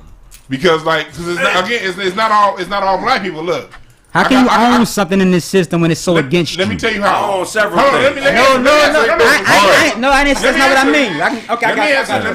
Let me answer. My 97-year-old grandfather, who's still alive, has nice property right here in L.A. that he owns, so he's passing down to the family. My grandfather, who died in 1967, bought a piece of land in California as a 16-year-old that he's passed down to my grandmother, that's passed down to me. I mean, I got family that's owned stuff in Texas since the 1800s. I own land in Louisiana. So what I'm saying is this: we own land within the context this country allows us to own land, right? Which is no less than the context any other race is allowed to own land. I do. Who's allowing you? Let me finish. I do understand that these motherfuckers can use eminent domain and snatch our shit. I get it. But that can happen to anyone. It's happening to the white folks right now in Boyle Heights. What I'm saying is this: South Africa.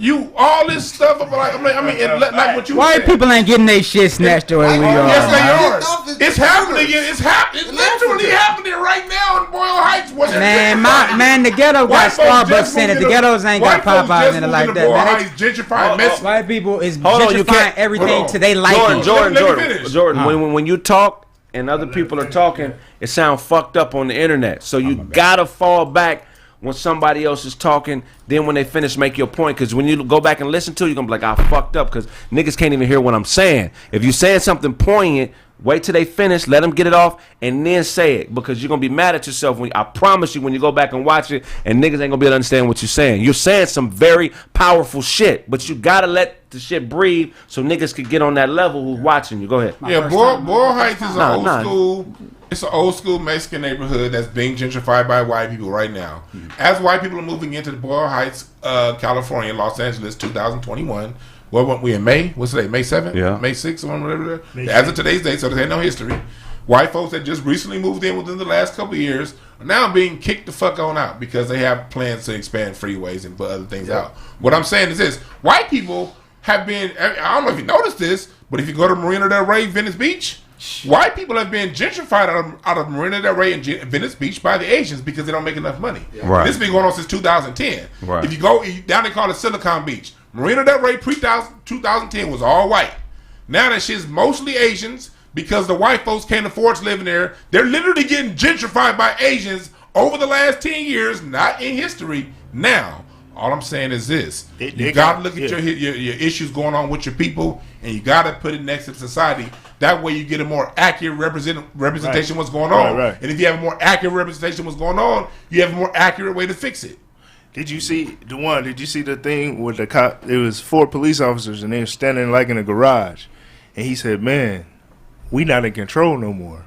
He said, "We don't run this country anymore." A white dude said that? Mm-hmm. It was 4 police officers. He said, "Our day is done." So running America. So what you saying that to say that you saying that you saying Asians are gentrifying white people now? Is that what you saying? Yeah, Palos Verdes. Go look. Look at Palos Verdes. You know who owned downtown LA? Okay, so let me ask you. Arcadia. Do you know who owns? Not the Asian. So let's say so are you saying what? So with all that being said, right? So Jordan, let me ask you a question. What the fuck do you agree with? That nigga been coming in now. Fuck with this. Ain't none of this shit right. I'm a tumbo in this. Yeah, man. Like you can be like, yeah, this wine. Nah, see that wine is. Like, That's not what I'm. God. But check me out though. I see how it can be perceived like that, right? No. That is like just the irritant, like a devil's advocate type of thing. You did say that. You said I'm gonna play the devil's advocate. That's what you led with. Not with that first. But we crack jokes. So look, let me give you one more. Let me preface something else. We roasting here and we bad. So feel free. Okay. Because I'm gonna be honest with tell you. you that. Oh, because this nigga a young hog. That's why I fuck with him. Niggas are gonna test you up in here. So when you roast. Like he want to say something about them goofy ass dreads. I know he want to say something like that, but he ain't said nothing yet. It's on his heart. But trust me, Jordan can take it. My nigga, tell everybody where you from. Indianapolis, Naptown. He from Naptown. He from the Eastside. gutter. Why you move out here? To do what I'm doing now, like not to make it too vague as far as the conversation, because this conversation happening now is a big piece of it, but it's a real I say I just do writing, directing, and acting, but it's far more than that. Fire actor. Yeah. One of the dopest actors. You got the passion. You know what I'm saying? Fire actor, tremendous talent, That's what's up. and his passion is our people. You know what I'm saying? He ain't been around niggas like us, so he don't really understand. He don't understand that Dewan listened to Anita Baker while he eats cigarettes. In a dark room with candles and shit. Yeah. So I'm just saying the broad picture, right? Because to get back, like just a little bit what he said, because I get it. And I'm not even really disagreeing in a sense. My main thing is, even as you were saying it, I was thinking, so what are we supposed to get? Who we gentrifying? That's what I'm saying. You said that you broke down what the Asians doing. We know what white people are doing. So if we keep getting kicked out, shipped everywhere, then at what point are we going to stick our flag in there and say, this is mine? It's not ours. I don't want this to be ours. I'm gonna tell you we're doing it right now, Lamert Park. That's saying a lot, though. Let me ask you a question before you move on. Let me ask you a question. Right now, Lamert Park, they trying to kick all the black people out of Africa Town, Lamert Park, where there's been a 20-year market going on since 2000. Successful businesses. You know what we doing? I don't know what other people doing, but I was at Mark Ridley Thomas's office talking about what the fuck is you doing, Mark Ridley Thomas, and what's going on. So I can't speak for other people. Can I ask you a question? Hold on, let me finish. No, because you asked me to do it. I'm answering your question. You said, ask me a question. We put my family is from that area. We live in that area. And me, and along with it was at least 200 or 300 other black people out there putting our foot in the ground and saying, no, this shit is going to stay ours. And so I expect for y'all out there listening to Kraig Facts, look up the LA Times, look up what's going on in Africa Town right now, Lamert Park. They're trying to kick black folks out of there, out of that shopping center, and you got black folks standing up. So I'm not. Can I ask you a question though? Go ahead.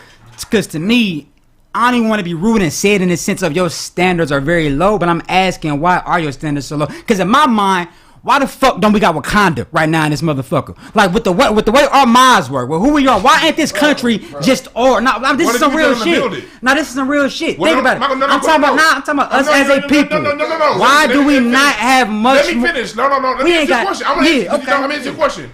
We talk about my low expectations, right? Your standards are low. In that same expectation, you keep bringing up one neighborhood somewhere. In that same neighborhood, my family. Country. In that same neighborhood, my family owns 3 properties. How many does your family own in that neighborhood? What you mean, my hometown? In the I'm saying the neighborhood. My father passed away and let me all his house. What are you talking about? That's not what this is about. I'm not talking about me, right? You asked me why don't we stick our flag? I'm sticking the flag down in an area of LA that my family's owned property for over 30 years. You've been what I'm saying is this. Your word is individual, right? Because right now you've been. I'm talking about as a people. No. As a people. One thing. As a people. I'm say one thing. Hey, look. It's the same thing. Let me say one thing. No. Our oppression is the same thing. My question is this. Before I indict my whole people, and before I ask what black people are doing, I say, before I ask questions of my people, I say, what am I doing? Because if the question is coming through you, that means that's probably your thing to build. Exactly. I'm just saying, him being from Indiana, he probably don't know the importance of Lamert Park to California and black people. No, he didn't grow up in that culture. That's what I'm saying. So that's what I'm saying. That's what when he's saying he put a flag down there. That's big. That's what I'm saying. So you might not understand. You're missing what I'm saying. No. That's what I'm saying. Let me just get down. Let me get down a little bit. What you say while we getting built of Wakanda, and that's what I'm saying. Like, do you have vibranium? Are you the Black Panther? What I'm saying, bro. I want to know. You trying to get like some emojis for the lads, but I'm saying some real shit. Don't pay attention to the comments. No, I'm being funny talking about vibranium and shit. What I am saying explain. But you mentioned Okay, Wakanda. so- You said it. Explain, all right? So can I explain? Hold on, Can I explain? we though? gonna jump into I want to know. some Can I topics, man, explain? because we've been talking. Okay. This shit ain't never going in. But I just said we should have much more than what we got. Let's go into some. And yes, if you want Wakanda, some we can get it. critical analysis, man. So, George Jung is a drug trafficker that inspired the movie Blowed. Oh, okay. He died today. Oh, For real? He died today. Johnny Depp movie, right? Yeah, he gave up 20 years of his life to make $100 million. Okay, so Was he died in jail? no, he died free. Okay. Okay, so these are the things he gained from $100 million. These are the things he gained in life. He became a celebrity. He still lived a really long life. He died at 78. Okay. You know what I'm saying? They made a movie about his life. Yeah. He died with his family around him. Yeah. Right. So my thing is, these are all pretty good things, right? Would you give up 20 years of your life for $100 million if you can get all those things that he got? Now, specifically 20 years in prison, so you getting hit in the ass and all No. You I mean, if that's what you want, but that. it's niggas that have done long stints without getting hit in the ass, nigga. You giving away 20. You giving away 20 years in prison for $100 million. So basically, that's what he gave up. 20 years of his life was spent in prison. He went to jail in 1994. And you come out with $100 ball. So he went to jail when he was 58. He got out when he was 78. Oh, no. Hell nah, man. That's Let not me even a thought. Hell Hell nah. to me. Oh, so he did the 20 at the end of his life. He died in jail. Right. Well, okay. he Let got out. me take that back. I don't think that it was all concurrent. I think it was separate stints. So let me take that. That was error. That was wrong information. But 20 years in jail, 20 years in prison in return for $100 million. Nah. Hell nah. Because I would be happy living 20 years. Ain't nothing more important than your time. Like money for my time? Nah. Right. Like That's 2 decades. Yeah. I can't even enjoy the money no more. Like I'm old. That's not 2 years. Pussy ain't even good no more and shit. I ain't. What am I doing out time is here? and more shit, important like- than So okay, why not? You say because you can't enjoy the money. Nah, my time over some money. Oh, and you say, My time is more important than anything. Dunk. Can't get time back, bro. Facts. Can't get I'd time rather back. go have the opportunity to go get the $100 million in that 20 years than to give up 20 just for the 100. The journey at the 100 million, trying to get that million would be a lovely journey. You have a lot to say. Here you go. Here you go. Hey, Kraig. Here you go. Here you go. Because what is money? Right. Okay, look. Yeah. It's an idea, brother. It's not. But that's for real though. Like, Permanent limp, yeah. You do a permanent lift. Bitches fuck niggas with permanent limps, so yeah. Okay. I just seen that in Vegas. Would you? Okay, look. Would you take? Nigga pimp walking? Oh. Would you take 100 mil and die at 78, or no 100 mil and live to be 100? Let it be 100. when do you get the 100 mil though? Like you saying like, Exactly. When do you yeah. get the 100 mil? At what 61? age? I say like, do I get that shit at 77? You know, he said like, Hold your fucking hoes and doing cocaine. yeah, that's how 100 mil at you 50. 50. Nah, that ain't. Cause your best fucking days is over by 50. Right. You can't hit the pussy good. So no you more, get shit. 100 mil, you live to be 78. You don't get 100 mil, you live to be 100. I'm taking 100 mil. I'm taking 100 mil and I'm punching. But you said I get it at 50. I get it at 50. Yeah, nigga, I'm doing 28 years. 78 still a nice Shit, little hey. time. Greatest time of my life. But here's where it goes. Here's where it flips. I'll take the 100. I'll live to 100 because I know one of my grandkids, one of them kids gonna get 100 mil in that time. Right. I ain't going. I'm gonna live to 100. I don't know. My grandfather 97 Shit, years what I'ma old. need Still at talking 100? shit. That's dope. Now I rather live. Yeah, I rather live. I got one. Another one. Look, a lifetime of unprotected sex. You never catch a disease. Never have to use a condom. You die at 50. A lifetime of having sex with condoms on. You never know what it feels like to have unprotected sex, and you die at 78. Take that 50 ball. 50. Dang, since it's so You going close. 78? I'm putting hats on. You I'm gonna be raw dogging and fade at 50. But you ain't gonna have no kids. But you ain't gonna get no diseases or no kids. You say you got 5 kids, though. Fade at 50? All 5 kids is gone now though. Yeah, I don't know. I'm 78. I'll put a cap on 78. Yeah, I'm So you saying you don't enjoy the kids right now? 78. I'll take 78. Dang, I gotta make a family. I gotta make a family, man. I gotta have some kids running around somewhere. Like, How early it is to punch out at 50, nigga? That's shit. You like 2 years away, nigga. I this nigga 47 right now, nigga. This nigga like, nah, I be dead next summer, nigga. Like, know. You gotta clock out next year, nigga. Give me 78, nigga. So quality of life is more important than how long you live. Yeah. I believe quality of life. No. I think quality of life is more important than how long you Real. live. I don't want to live 100. Nigga with a humpback from 60 to 100. Nigga. Be in the gym, nigga. Just be in the gym, nigga. I'm just thinking about the family side. You can't start a family though, because you said if I'm always having protected sex, I'm lonely. I ain't had no kids, no grandkids, no nothing. Like I'm just here chilling. Just You're not leaving a legacy to nobody. You're not leaving. and you got 5 kids, so they ain't even here no more because you was having on hats the whole time. Oh, yeah, I want the shorties here, dog. See, so now you back on my side now. See, You know what I'm saying? You be around and shit. That's 78. I'm sticking around. Sticking around at 70. Okay. Nigga Jordan like shit. Whatever side they on, I'm on the opposite. So They bloods, I'm gonna be a crib. now I bang on me. it's virtually impossible to make sure that everybody has a high quality of life, but it's a higher probability that you can affect your own quality of life. Yes. Regardless of what system you live in, you know what I'm saying? Yeah. So it's just on you to take onus to realize that you can only really virtually truly be responsible for yourself and what you do. And if you don't have what you want out of life as an individual, that's your fault. Because period, point blank, because people eat people when they get hungry enough. You feel what I'm saying? So as long as you ain't getting ate, you know what I'm saying? I don't give a fuck what the white man do. He ready. I know he ready. He was like, see, if we eat people, that get us back to the most high, man. Hey, nah, the most I ain't saying about people. I got you. I be here for this. So in a nutshell, you basically said that some people are just better at life than other people. Yeah, because it's all like, look, man, the group shit is great, man. I love being black, man. I mean, it's nothing better than being black. I don't give a fuck what system I live in. But even within being black as individuals, we still look at each other and base our friendships and values. We still base our opinions on individuals on what they do as men. You feel what I'm saying? Which is why I'm so into creating. For me personally, it's just because I know that I wasn't given much, and I started from basically nothing. 2 loving parents, but they've never been financially viable. Yeah.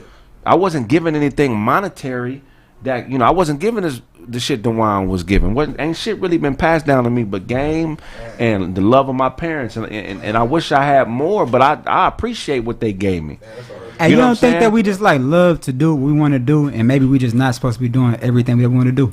Like what I'm saying, when it comes to like just anything, for like the way we like fornicate, whether because we get into like a homosexual discussion, but that's what we like to attack. But really, just in general, we could all text some chicks right now, probably got on our phones, we go try to smash something tonight. Like when I'm talking about like just doing what we want to do, eating how we want to eat, fucking how we want to fuck, talking how we want to talk. You don't think at some point in time it's just like maybe we not supposed to be doing every single thing that we want to do? Can I ask you a question? Let me ask you a question. You're an actor, right? So, you know what I'm saying? Okay. So, you're an actor, right? So, I'm saying you get a role, right? Like, most of my checks last year I'm writing, though. Yeah, so. But, okay, you're a writer, right? And they like, man, we need you to get in this, write this scene about 2 men kissing. You know what I'm saying? It's a $2 million job. We're going to fly you out, you know what I'm saying, and put you in this hotel with the whoop. You can start your career. We're going to get you on other projects, but we need you to do this right here. How would you do that? That's a tricky question for me to ask. No. Let me explain though. Hold on. Let me explain. No, we're going to commercial break, man. Make sure y'all smash the like button when we get back more from Kraig Facts. The answer right here. We want to see 2 niggas fucking. Can you have that? No. Because let me explain. I was going to say no. I'm tired of people not saying what it is. I'm a director. Places everybody.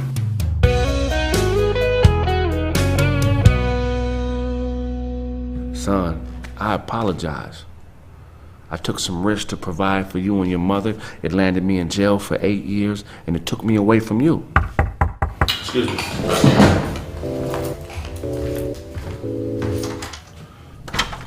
What's up, pimp? Hey. What's going on, Flink? Just left the shop, man. You left this up there. I figured you might need this here, appreciate man. What that, y'all man. got going on up here? All Oh, right. y'all chilling. What's happening? Hey, Charlie, what's up, my nigga? What's the word, my God? What's up, big old man? What's the word, dog? Man, I ain't seen you in a minute, man. What you been up to? Oh, shit, not drinking enough protein shakes, Yeah, obviously, you know, motherfucker. man. When you light skinned, you got to play the part, man. So don't nobody fuck with you. You know what I'm saying? You can use that kind of language, man. Fuck the kids, man. Yeah, I feel you. What's been going on though, man? I'm telling you, nephew been out there doing it big though. All these views, man. What is this nigga doing? This man is a lyrical and creative genius. I need me a thick nigga, but no homo though, cause that's that gay shit. Nigga, as long as I say no homo, it's not gay, right? Absolutely right, sir. Anime. Shout out to Charlie Google's film. Protection. Can't call me Poppy, I teach her. This is so dumb. Everything about this was iconic. Let me know what you think, bro. I got you. You shit cold. Like, this needs to be the best meme. This needs to be the next Old Town Road. What's going on with you, you big French bull mastiff terrier looking motherfucker, you dog ass nigga, man? You just like your daddy, man. Look at you, boy. You get big. Ah, shit, nigga, I almost broke my hand. You what you feeding this nigga? A whole lot of greens. You got some more of it? I'm hungry. They got some weed in here. I want to take some time though, man. I gotta thank y'all, man. Okay. First of all, I want to thank you for holding down the shop while I was in the penitentiary, man. I'm just saying, just all you gotta do, nigga, is put the run the alternator, run the line to the alternator. Yeah, the tube gotta go in the hole.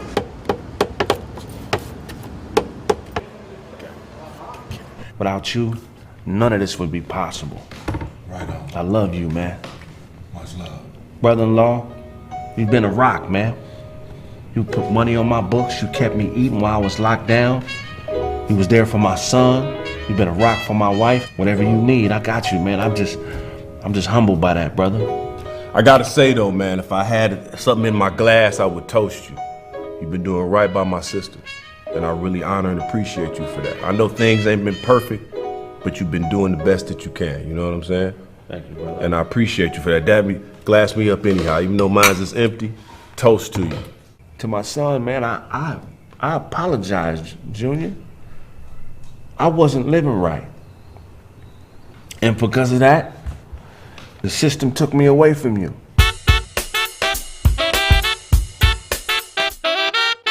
The show you are watching is a paid program or advertisement.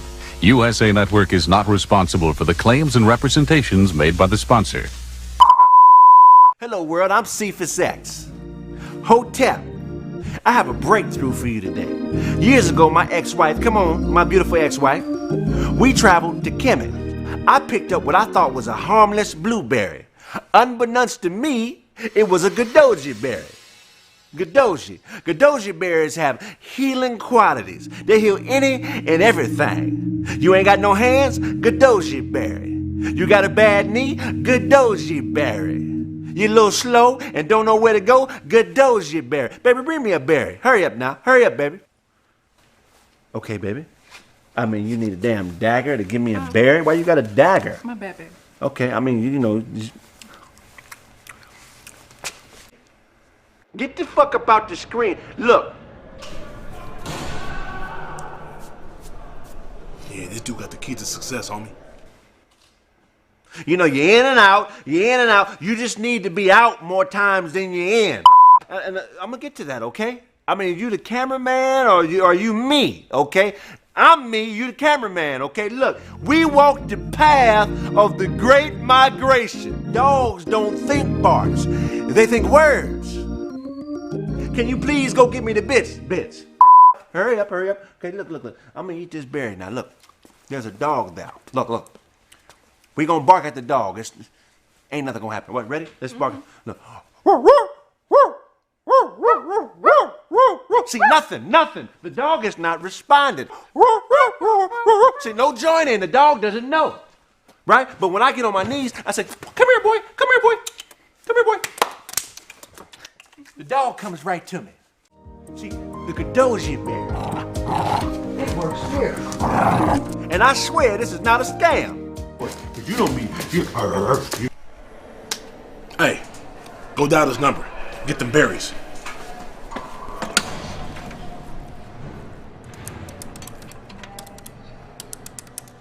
Hello? Hello? Who we getting collect calls from, baby? We getting collect... Okay, Joker.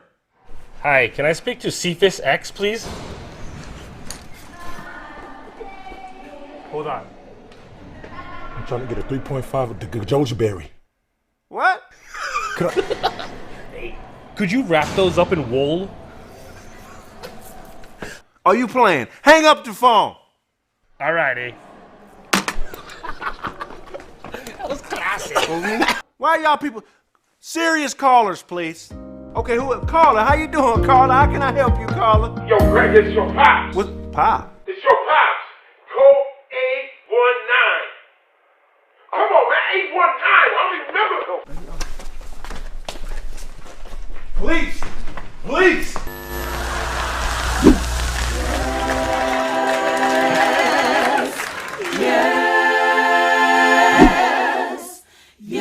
At the end of the day, I can't complain. The only enemy I have is me and my own big head.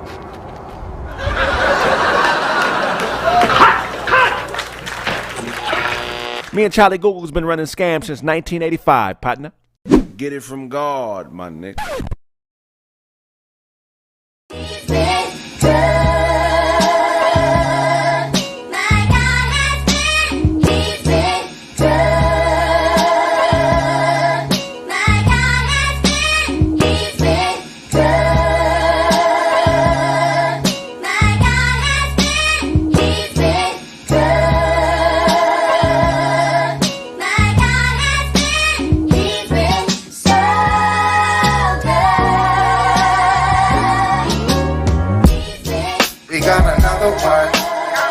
Tell me when and that's another one. Go and tell my haters that's another one. And another one. And another one. We got another one. Building wealth and having fun. You can tell the world we got another one. You can tell the world we got another one. Yes, we number one. Yeah, we number one.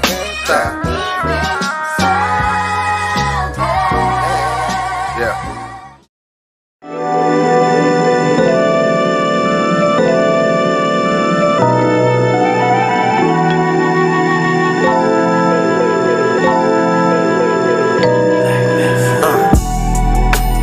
We OD, clear the air like some trees until we OD.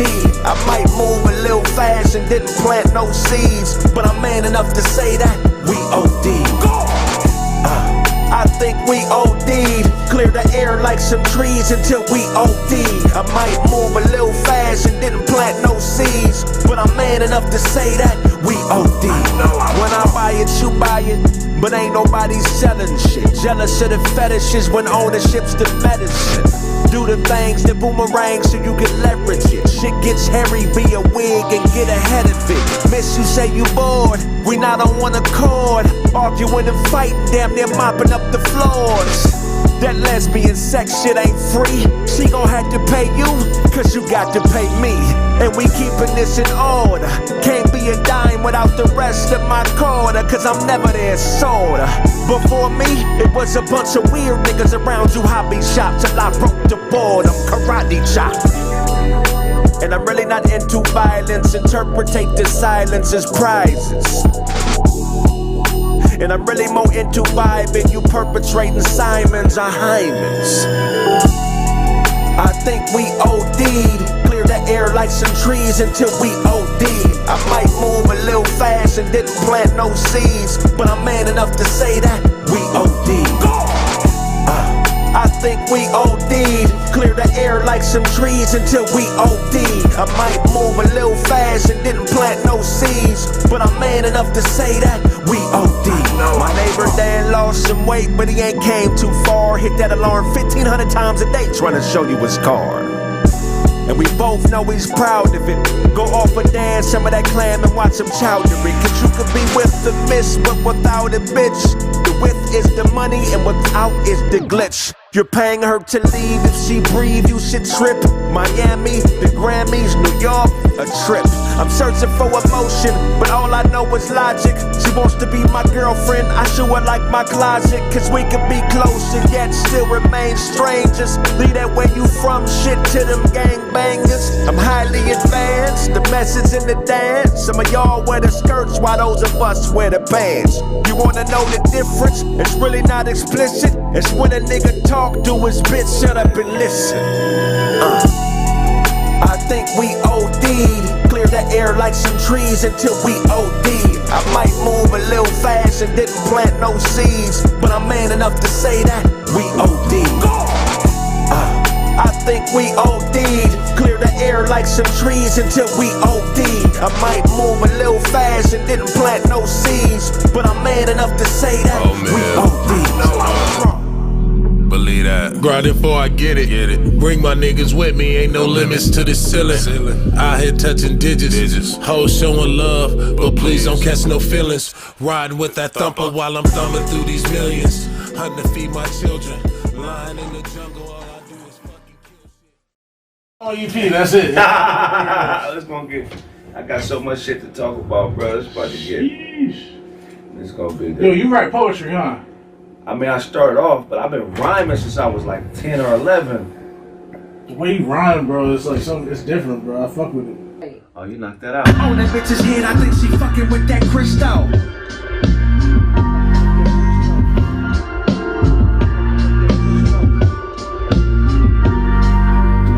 Oh, that bitch's head, I think she fucking with that crystal. Yo, what's going on? It's Patrick Cloud, and I just need to let you know that you need to pick up that Chill Withers LP by TheeKraigSmith right here. Man, it's super dope.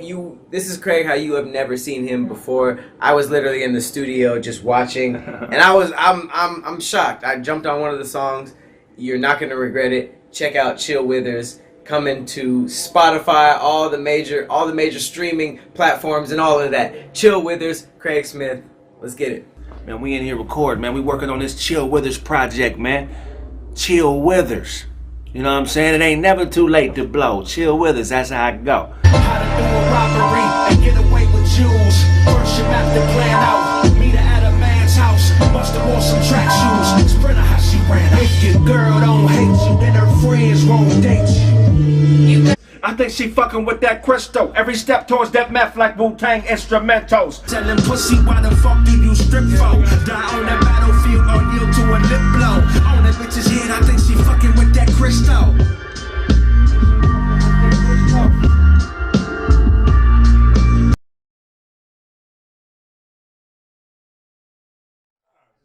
I know you ain't gonna talk to them with that maternity tank top you got on. all the wine go. That nigga crazy. Nah, Bizarre still alive. He working. He manages the YMCA in Ypsilanti, Michigan.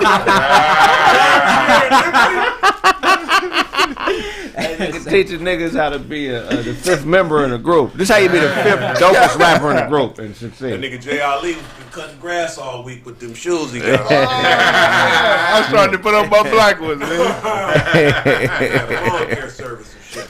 That nigga dressed like Charlie got a drunk tank top. And then somebody in the comments say, Kraig bought that shirt at a truck stop. Nigga at the truck stop, T.O. Bought that shit at Pilot. He dressed like a WNBA power forward scout. Nigga. I'm looking for the biggest bitch in Russia to get rebounds from me, okay? Where's the village to the biggest bitches in Russia? I know Ali sneeze charcoal shoot out of there.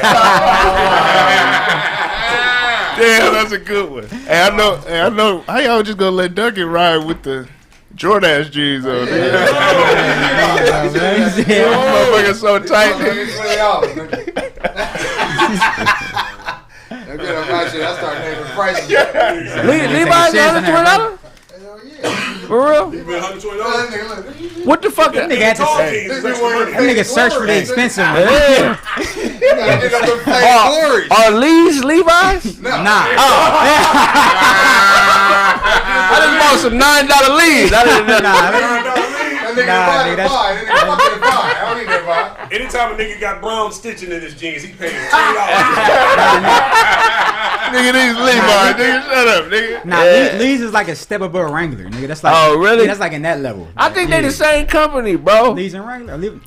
Like Converse and Nike. Nah, it's like Polo and Polo Assassin. Lee jeans, man. Black man can't fit Lee jeans, man. Them motherfuckers fuck your nuts up. Buddies. I got a Lee jean suit. I got a Lee jean suit with no pockets on the motherfucker.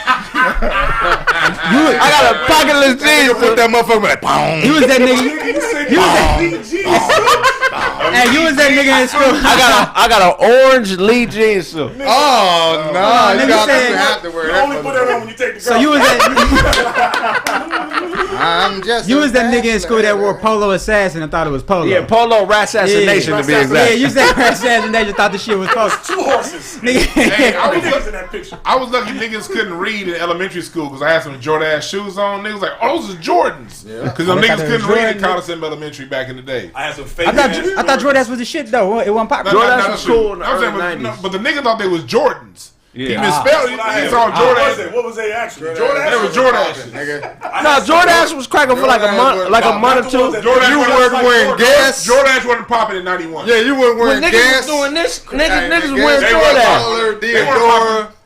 We don't know about that shit. We got them shoes downtown. I had some in Detroit. They was called Stadius. I had some fake ass Jordans called Stadius from Kenny's shoes. From Kenny's. Kenny? Nigga name. Fourth grade. I'm like, nigga, I'm killing these niggas. The Stadius is niggas want those stripes on the side of those. Nigga, I'm like, That's when niggas with first names still own shoe stores and shit. Stadius. See, out here it was XJ900. Oh yeah, Yeah, that was the worst shoes. If you had some Put the XJs on. They get on you with them XJs. Hey, I'm a I would say this, right? I'm a 90s baby, so I don't know what the fuck y'all telling. Y'all sound old as shit right now, right? I'm a 90s baby. You born 91? Skechers, nigga, love. Everybody stepped on the same, man. Skechers. Man, I remember 91. 91. oh, I remember that. Yeah, Oh yeah, he was born the year I was wearing them Jordan shoes. So I was stepping in the But I game. got at Kenny's. 91. So you ain't never had no name brand shoes where you was like, damn, it was nothing on them bitches at all. Nigga ain't never had no love. You never had no Indiana Pacers basketball shoes. Hey, I had the Reggie. I had the Reggie Miller had a shoe and I had that motherfucker. Yeah, Reggie Miller. He was shooting the three. Yeah, now we had this, but y'all just went back to the. I remember Jordan. I actually remember Jordache. I remember Guess, Jordache. That's the Tommy Hilfiger was real popular back. What is like the shit you got on right now, my nigga? I got it. It's some Pumas, motherfucker. Some Pumas. I was making sure I saw no insignia on there. It was about to you looking. What you got on? You got on the one that Jordan got on some air carpet. Now you got on them. You got on. I wish I was 21 lime green Leezy. Take that young man shoe off, nigga.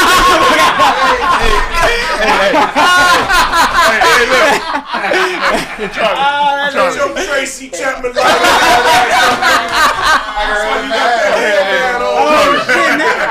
Pull up my acoustic on your ass, nigga. Hey, don't let this nigga. Don't let this nigga with the Muay Thai fit.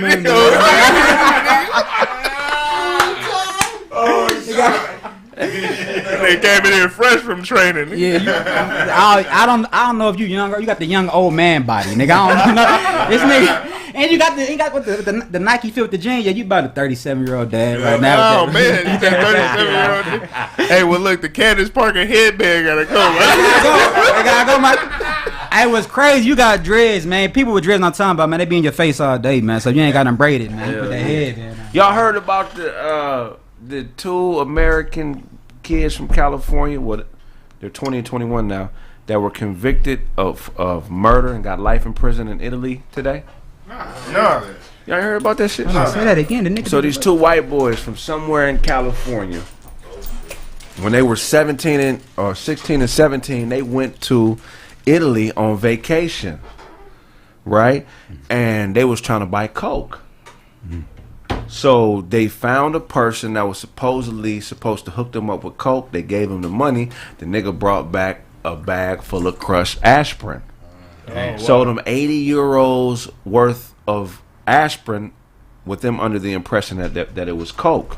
Wow. So when they went back to snort the coke, they seen it was some bullshit. They went and found the dude. They took his backpack and basically robbed him for his backpack and told the dude that if he wanted his backpack back, that he had to give him their money back. Right. Yeah. So instead of the dude going and getting their money and bringing it back, he went and told the police. So the police confronted the white dudes, but they were dressed in, well, all of these motherfuckers is white because it's in Italy. But so the police came back in plain clothes. Because I guess in Italy, the police don't dress how they dress over here all the time. A lot of times the motherfuckers be in plain clothes. The only black nigga in Italy was Marvin Hagler. Straight up. Rest in peace. So when the police came back with the dude whose bag they took, they assumed because they gave him the money to go buy the drugs and they ripped him off, they assumed that the dudes he came back with was just regular street thugs. So they started fighting, and one of the white boys stabbed one of the police officers to death. So he recently just got sentenced, both of the white boys, to life in prison. Damn. Which is a fucked up thing, right? So it made me think a lot of scenarios. First scenario, every nigga I think has been approached by a white person they have never met in their life to buy drugs. Yeah. Has that happened to all y'all in here? Especially in Vegas. You got any, what they call it? You got any party favors, man? Oh, man. And now they serving life because they didn't know that them motherfuckers was drugs are the one thing strong enough to make white folks try to find a nigga.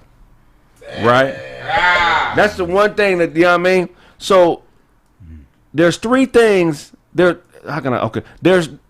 things that white people will fuck with us on no matter where they are, right? There's sports, prostitution, and drugs. And what all of these things have in common? They're all entertainment, right?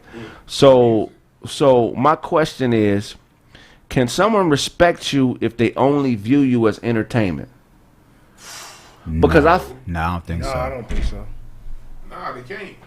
And that's a problem that black people have been running into for the last 100-some-odd years. Man. You know what I mean? They can admire you, though. Niggas be like, man, that's about, hey, think about it. Y'all know that one black friend that the minute he get a white friend at work, he excited like a motherfucker, man. Man, me and Todd, man, we be listening. That nigga know all the words of the Bone Thugs and Harmony songs. Yeah. Like, we always get it twisted thinking that because they fuck with our music, they fuck with us. Now, I don't just go for white folks. Shit, that goes for these Latinos. Hey. That goes for a lot of these motherfuckers out here, Asians. Bro, we get into it with a lot of Latinos growing up. Like, trying to kill us, stab us, and them niggas ride off listening to Tupac. And you know what's weird about and the Latinos are the ones that kept all that war, all that music from the 60s and shit. Thug Life. They grew up listening to all that shit, all black stuff, but then they can't stand us. And so I think that's a lesson for black folks need to understand that just because they like their culture don't mean like you. They like our culture because our culture is dope. Yeah, they idolize what we do, but don't respect us as people at all. And that's weird to think about too, because it's like the outside world don't respect us as people, but we amongst each other, we have super high respect for, like, when somebody make out the hood, like when you got like a athlete or like an entertainer, we as a people, they got the most respect. They might as well be like a whole, and the whole time, like you said, outside, you ain't shit. You just a nigga that's entertaining. So it's now we gotta look within, because it's like, why is the level of respect like that? I agree. We got one thing I was noticing, right, is like the word vacation.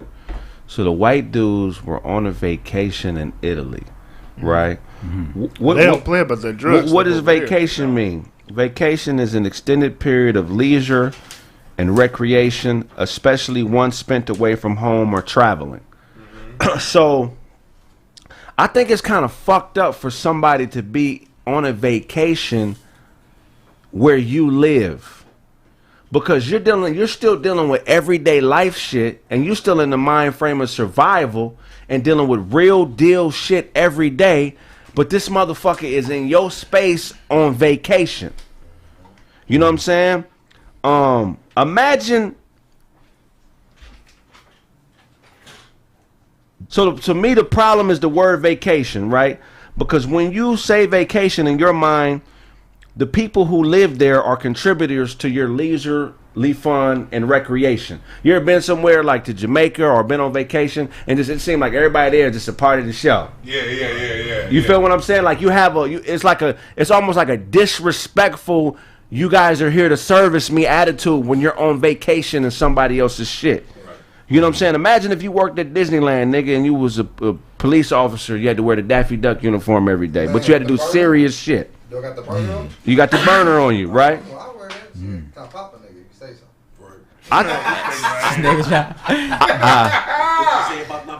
I think visitors on vacation, when they go to other people's shit, view everybody as the Disneyland worker in the Daffy Duck suit at Disneyland. They view them as just fun. I'm here, we're having fun. I'm in Cabo. Well, there's real Mexicans that live in Cabo that are starving. And you asking them where can you buy a fucking shaker? And this nigga's starving, right? So where do we normally vacation to? I'm gonna get to a point. We normally vacation to places where the weather is better than where we live at. Where the weather is hotter. You know what I'm saying? Where it's more, you know what I'm saying? We go where the weather is hotter. Where there are studies that show that crime actually elevates in places in warmer weather. You know what I'm saying? So my question is, how do you deal with motherfuckers around you that have a vacation mind state when you going through some serious shit? Like, you know, because I kind of feel like we're white folks' entertainment. And they on vacation, and they don't really take what we saying serious. We the nigga in the Daffy Duck suit at Disneyland. So how do you get motherfuckers to take you serious when what's real to you is they motherfucking vacation? You burn this motherfucker down. The way I approach it is, I don't give a shit, honestly. I just be me.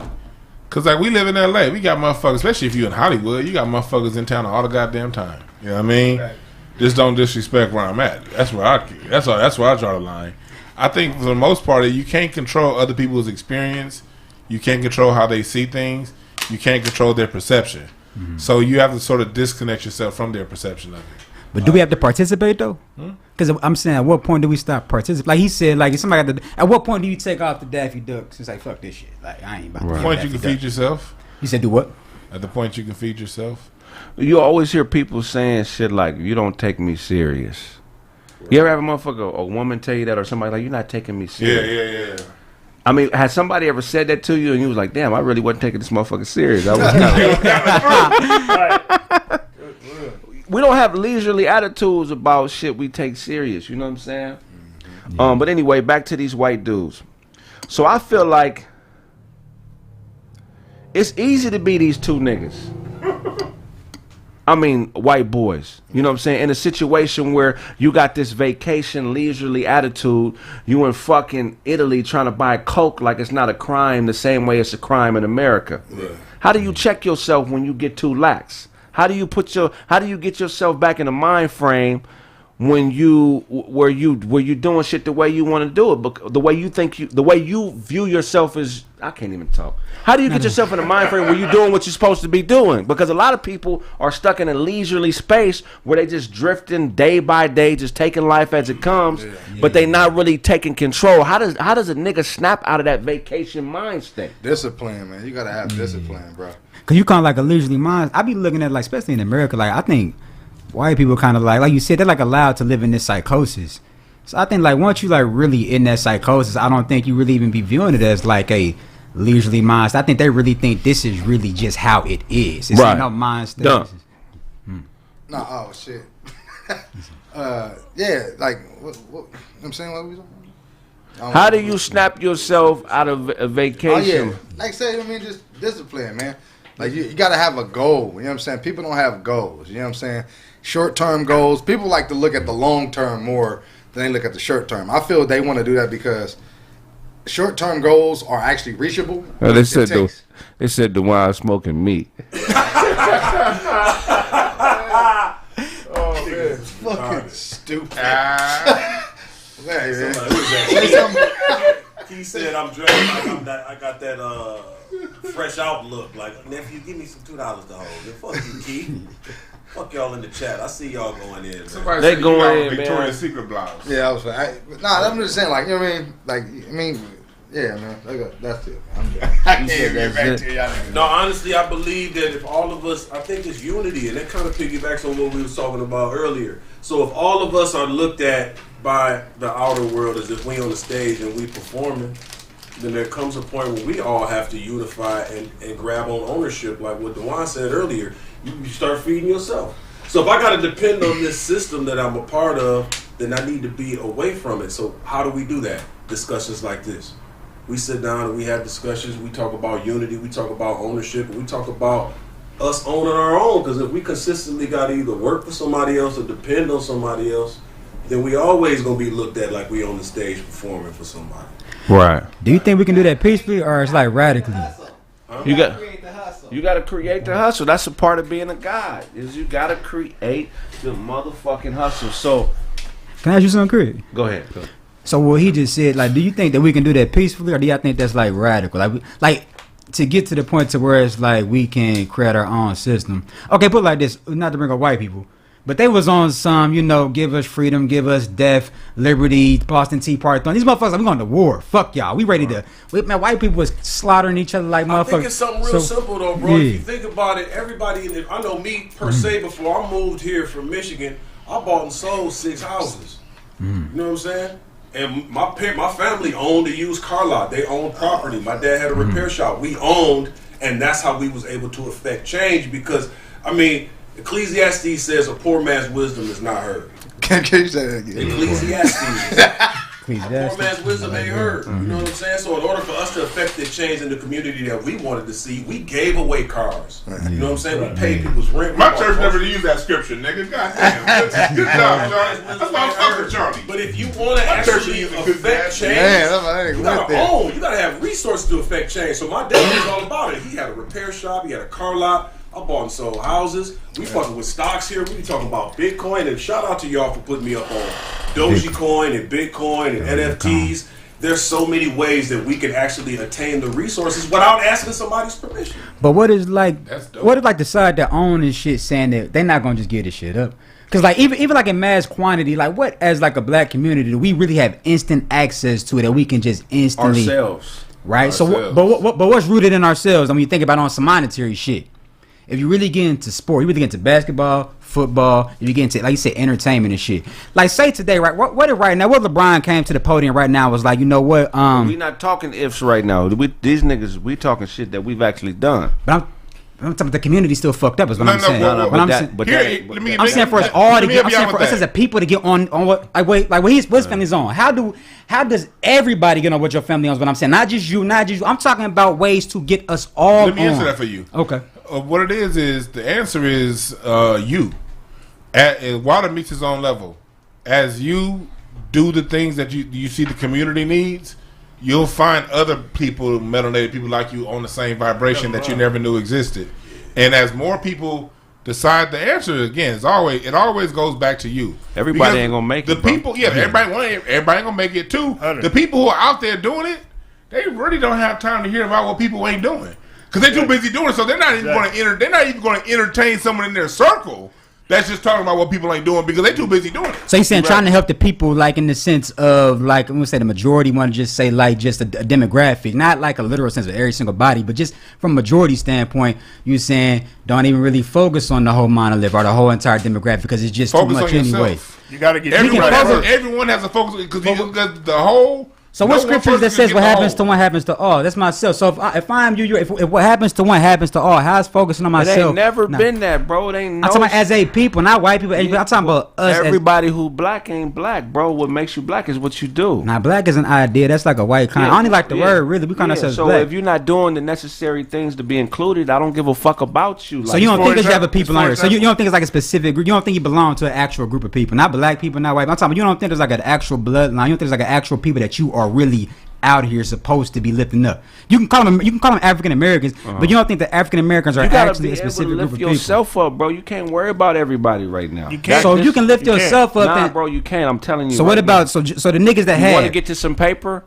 It's not. So how come the niggas that lift themselves up ain't lifting nobody up? How come we can talk about Oprahs and Jay-Z's and Diddy's and blah blah blah? Like why everybody so stuck in though? You can't, bro. Right now you amongst some niggas that's doing it, bro. So like what you saying is doing like what? Niggas, just a lot of shit in general, man. But I'm talking. I name people that's touching hundreds of millions of dollars. But that ain't. They haven't done nothing. But you got it. But like Jay-Z and Diddy ain't got some land yet. If I'm asking you, why ain't Jay-Z and Diddy got at least one county? These ain't got one county, not yet. Like come on. If I'm asking you, when you get to a certain age, bro, or you get to a certain point in your life, you stop looking for other people to do anything. I'm not looking for no man. But that's not a good thing, though. For me or anybody in my family. Nobody said that. That's not what it's about. But that's what you're asking Jay-Z with his hundreds of millions. Nah, it's a very individualistic slave mentality, man. No, what I'm saying is you're saying these rich people are supposed to come give their money back to people, right? Back to the people, right? Black people have so much pride on being independent while being dependent on the system. It makes no sense. How can you be independent? You're so dependent on the system.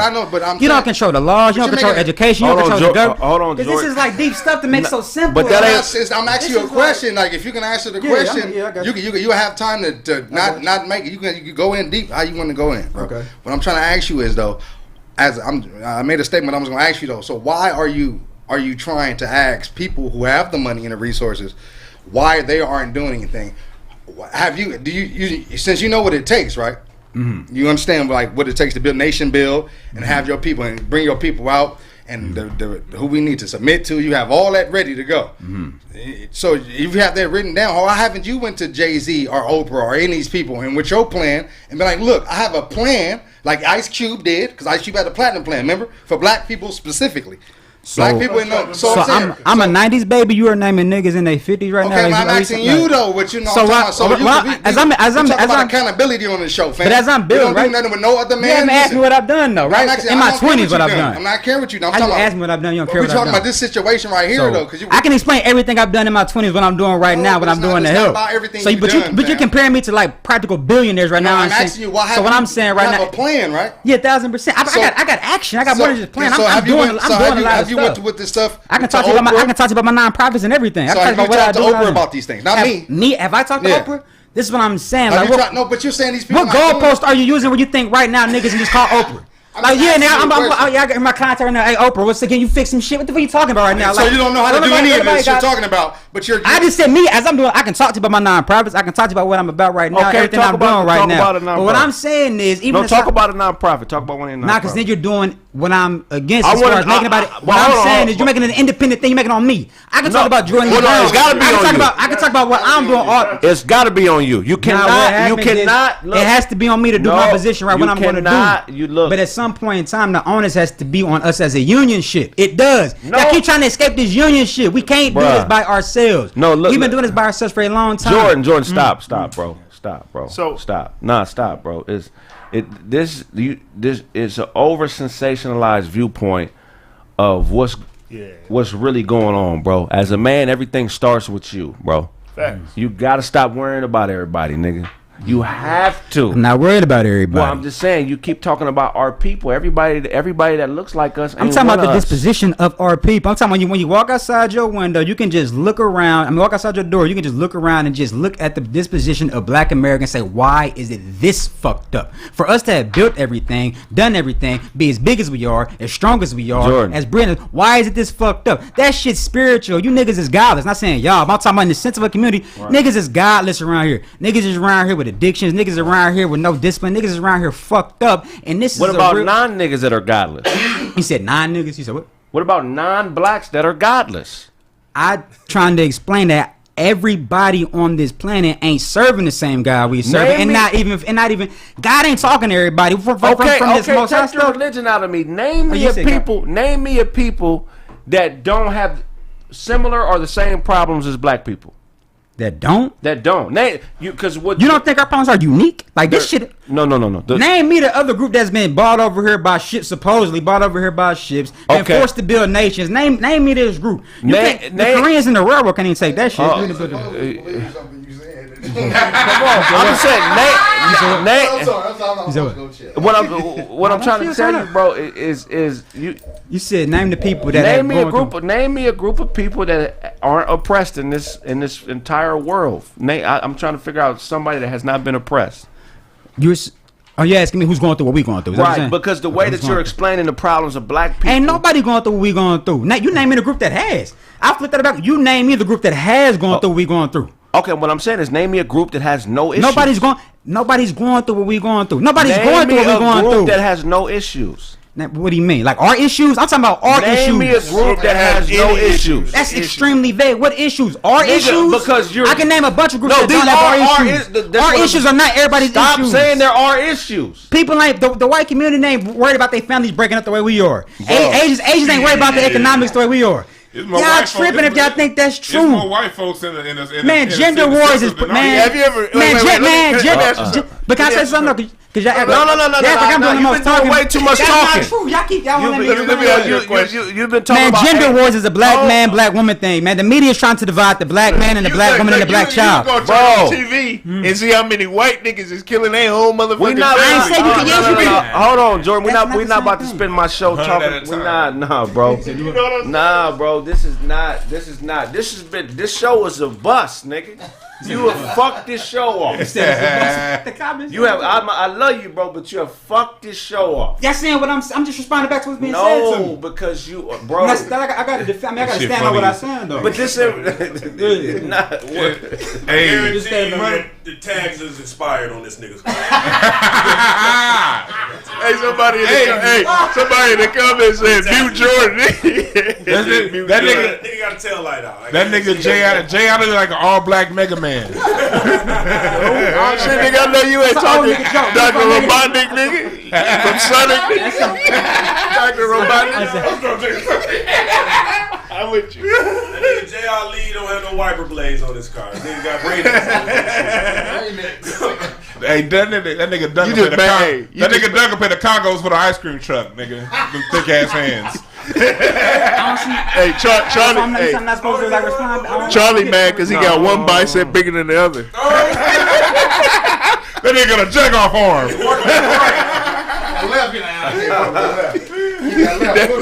This nigga ain't got no belt loose on his jeans. He got elastic. They got no jackets. Nigga got no jackets. Hey, this nigga Charlie. This nigga Charlie like he customizes wheelchair rims. Hey, Duncan, mean the what? Every seat in your house got food on the floor. I wasn't going. Hey, old chicken nugget on the goddamn ground. I was gonna leave that my nigga Kraig shirt looked like a 70s apartment building. The original 35. This nigga, he got the face of the first one kicked out the R&B group. This nigga got to go. The nigga got to go. Hey, this nigga, I was going. The Temptations, they'll find all that. This nigga Duncan. This nigga Duncan talking about, I spent $125 on my jeans. So I said, what you going there with 130, nigga? Because that shirt nigga is about $299, nigga. This is a hood store shirt, nigga. When that nigga J. Ali get around the hose, he put a piece of gum in that missing side. Hey, why your mustache so high, nigga?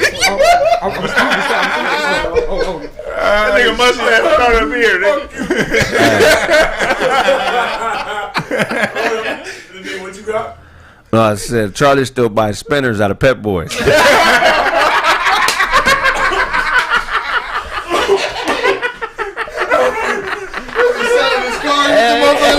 I know she's got the spinners on, nigga. Now y'all fucking the spinners still, right? Kraig, old dog face ass. That nigga Kraig can't piss unless he around a fire hydrant. Kraig first album had a Color Me Bad feature. To the TikTok, stop. Hey, let me ask you a question, seriously. What are the top 3 locations in Dewan's GPS right now? Wingstop, Jack in the Box, and McDonald's.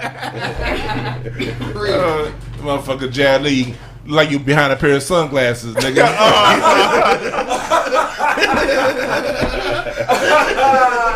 That's shit. Charlie was like, shit, it's new. Shit, I'm gonna get some Yeezys, but these are the only color they had left. I only got the lime green. He like, I don't want no damn lime green. That motherfucker got key lime Yeezy. These shits cost more than all y'all shoes combined, nigga. Why? Why you support that nigga? Fuck you off, nigga. Fuck you off, nigga. Every dollar back, nigga. The reason your jeans was 120s, you had to get them out the big and tall section, nigga. You ordered extra for the. And you ordered the top to that. You took the top off, so you put it. Hey, this nigga Charlie's whole jumpsuit matches with his broads. Okay. That's no point, my nigga. You still gotta get that food off the floor around your seat. Shit, I nigga Charlie came from set, nigga, and wore the clothes from set, nigga. He looked like a BET movie. I'm keeping this on. He was a gangster in the BET movie.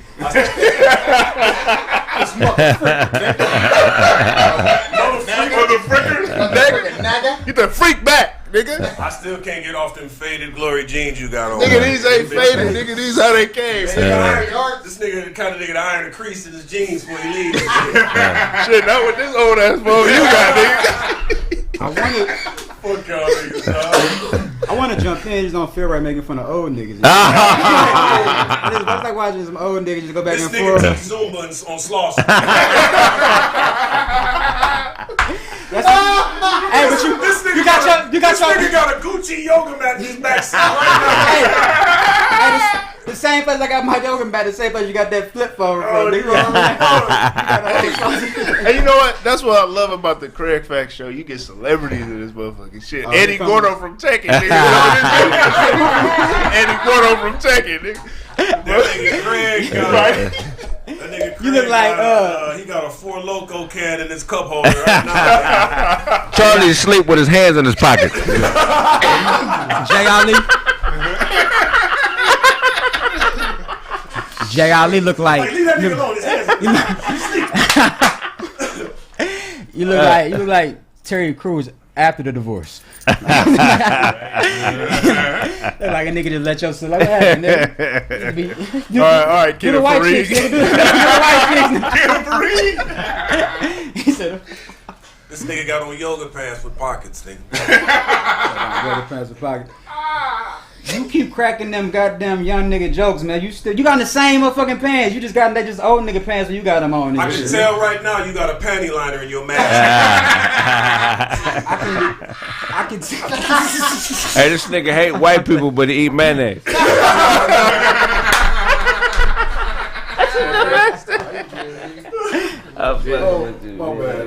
My nigga Jordan's jokes coming through like Doug Williams right now. Where is he right now?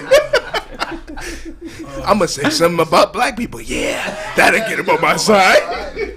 Hold on, I appreciate you coming out, bro. Real spit. You know, just get to learn the rhythm, man. Cause hey, this nigga talk more than everybody. It wasn't even a matter of that. Y'all kept making me prove my points. I was just saying what I was. So y'all niggas ask me. Y'all want me to question everything? He like Cam Newton, though. Y'all want me to question everything? He a sniper at the gym. Every time you see this nigga at the gym, he whisper he in the bro's ear, nigga. He go to work. He be on the balls at the gym. That nigga be on the balls at the gym, boy. Like, okay. Sure would. Hell yeah. So your brother's a boxer, right? Yeah. Well, that's a good, but once about time, that nigga's for sure now. But yeah. Okay. Now my man in the boxing, he got major hands and shit, man. Yeah, that's the shit. Right somebody said Scam Newton. That's what they said. Called him Scam Newton. Man, I would crack. I mean, like the jokes and shit. Y'all niggas is just so old. It's hard cracking jokes on old niggas. I don't know what to say, man. They called you old, hey, man.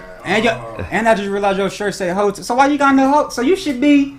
You got on a shirt like that, then you know. It's a name it's a word that I trademarked. Well, hotepish. Yeah. Like you saying, you just kind of like not all. Intelligent-ish talk. Yeah, it's a play on words. It's a play on words. There's a lot of people out there that like calling black folks who are into history that I calling us hoteps, and so I'm like, okay, I'm gonna take that word. I'm not gonna let those 2-inch hair having ass bras on Lipstick Alley take off. Bitch ain't got a ponytail without a goddamn bobby pin in the back. I'm not gonna let her redefine this ancestral word. So I talk that. You the type. Talk. So you the type. I do trademark. I do have this shit trademarked. If y'all go look it up. Larry said he'd whoop your ass though. Nigga, I think I knock Larry's big. I knock that nigga's beard into a shag, nigga. Beard into a shag. Nigga have a macho man walking around here. Macho man. You the type of nigga to beat your wife for eating the leftovers. You look like Jordan. That nigga done whoop your ass over. They 2 days old though. One of your fresh leftovers. You done whoop your ass. I feel honored getting the joke from former Laker Jordan Clarkson. That is funny what he said. Though. I just pictured DeWine breaking the empty Tupperware of his ball. He's like, bitch, I told you all these meatballs. Mama, it was 9 meatballs in here. 7 of them. What happened to the other 2 meatballs? Craig, you won your shirt in a limbo contest. Hello, can you go? Hello, you a whole ass nigga if you limbo. Well, you on your way. That's true though. Limbo game. Limbo today. That was in every movie in the 80s though. Like every 80s movie had a limbo contest. Yeah. I wonder what's the origins of that. I know it's some type of context to that. Of having to go under something, you know what I mean? Some Caribbean shit. You know Ain't it a whole science to the game of pool and shit? I thought I heard that shit explained with that. I wouldn't doubt it. The white ball knocking down all the other ones. Oh, Dr. Wilson. Oh yeah, is that Dr. Wilson got some of that? She said they used it in the movie Boomerang. Remember Martin? That's where I heard it. She's saying the shit that y'all dissing me on. He's like, you got the white ball. Man is scared of them. The white ball knocking the red ball, the yellow ball on the green planet Earth. And it's the game and over till it knocks in the black ball. Hold on, I need you to correct something. He said the shit that we dissing him on. Can you explain? Yeah, the shit that dissing me on. That we not dissing. If we talking about Dr. Francis, then yeah. What? She do it more. He than said the shit that we dissing him on. Can you please explain to him that we not dissing? I ain't even saying like they are dissing me, and I'm talking about Dr. Francis Chris wasn't getting to that real like black man, white man shit. Yeah. And she dealt with just not just pool, she dealt with football, she dealt with baseball. Yep. We about to get into the whole thing about she break down the potency of basically her thing is the white man is very intimidated by the potency white of the genetic survival man. theories. That's how you sum her shit up. Yeah, so it's like now that was it. Hello, I feel like she had some great. Man, Dr. Francis. Matter of fact, when she was down to you with that fro, you would have smacked. I'd have smacked her. And matter of fact, you remember Baby Boy? Yeah. Baby Boy start off like that because Baby Boy start off with Dr. Frank. Remember he talking about like when Baby Boy when he in the womb and shit. Yeah, Baby Boy. He be breaking out. Yeah, Dr. Francis Cress wasn't. You don't think Neely Fuller was smacking Dr. Francis Cress Wesley? Probably. Fuck out of here, nigga. Ain't a man. She's still she's still. They did say what was the mayor in DC? The mayor in DC. I know who I'm talking about back in the 80s. Marion Barry. Yeah, I remember Dr. Neely Fuller talking about Marion Barry, Dr. Welsing, and Neely Fuller used to all like be in the room together trying to figure out the whole racism thing in the mid-60s. You think they was they was like homies. You think they was doing it? Man, y'all niggas are sorry. You think they was getting You said they was running a train. You said Marion Barry and Neely Fuller was fucking Dr. Francis Cress Wesley. You said they was in the room and you did this. They was in the room. Them niggas was writing the book, nigga. Come on, man. But we know what Marion Barry. That was a video. Okay, make sure y'all. Nah. Don't. Nah. I mean, it makes sense. Learning together. Whole cap. That's what I think about when I see them old groups from the 70s. Like, how many of the Pips you think was smacking Gladys? They was cousins, nigga. That don't mean nothing. The Pips was her cousins. And when the Pips was all her cousins? And those was her cousins. That nigga said, fire to your joke. You still jumped off the roof with that shit. So it don't matter, nigga. You can't say that. Now, Rolls Royce, them bitches that was singing leader Rolls Royce, they were just part of the crew. Yeah. So maybe Nile Rodgers was probably running through them. I think everybody was getting ran. Everybody been getting. I mean, that ain't everybody been getting ran. They just because they just they. A woman ain't a woman until she had at least 15 dicks. Say that's what she touched womanhood. You said 15. About 15 that's a good dicks. question though. What's too many dicks for a woman though? For you like, nah, you ain't for me. Yeah, all depends on what she can take. Every pussy has its own level of dick taking. That's old nigga maturity. Because I'm still like, you saying you at that age where it's like I ain't even looking into your number and your like all that type of shit. If you meet the woman of your dreams, right? She meet all the checklists, everything is dope, and you get to that conversation and she tell you she let 28 niggas fuck. But everything else is solid, but you still continue to pursue? No, because she telling her many niggas. Are you saying from like a wife standpoint? Like, would I make her my wife? Oh, I mean, I don't know. What would you proceed to the next steps if she said? Because I mean, I can smack you all day long. If I'm just smacking you, your number don't matter to me. You can have. I mean, if I'm smacking you, then I got. Go to wifey material with 3K? Nah. With 28, you can't go. You can't be no wife with no 28 count. Cause your discipline not in order. You said that let me know like that's in her past. She stopped that a year ago. You ain't yeah. She stopped that shit. Yeah. She stopped a year ago. But you ain't getting smacked. 3 bands though. You ain't getting smacked. If you got smacked by if you in my age group, right? And you in your 20s and shit, and 28 niggas already done smack, that shows me you got a major lack of discipline with just your internal emotional self, and you just be out here fucking with when you get the urge to one. You see a nigga, that nigga cute, I'ma fuck. That ain't a lot. And that let me know that first of all, I ain't gonna play that game with you. What I'm not gonna do is get too involved with you. I'ma smack you, do all that, whatever, smash you, beat you down. But after that, you a free bird. I ain't about to be some nigga out here that's all in love with you. And night before your wedding day, okay, your wife to be walk up to you and she say, "I saw you on Kraig Facts. I just want to let you know that Jay Ali and Dewan ran a train on me." It's the night before the wedding. Right. Jay Ali, whole family there. Whole family there. And you crying about how much you love her. She said, "I gotta tell you something. Jay Ali and Dewan ran a set on me." I said a set. They fucked me on Kraig Facts. He's like, because we have had bros like some Howard Stern shit. But that was before we met. That was before we met. I'll be thinking. Dewan and Jay Ali, they beat me down, and then this what fucked this up. This is what fuck. Would you walk down the aisle still? Well, fuck it up is you said the night before the wedding. That's what that's really the scenario. Night before the wedding. Night before. Then that's not even any man gonna be like, nah, pause. But like you just night before we about to get married, you gonna buy me with a train got ran on me back in there. Let's do it. He ran a set. Oh, that's for real.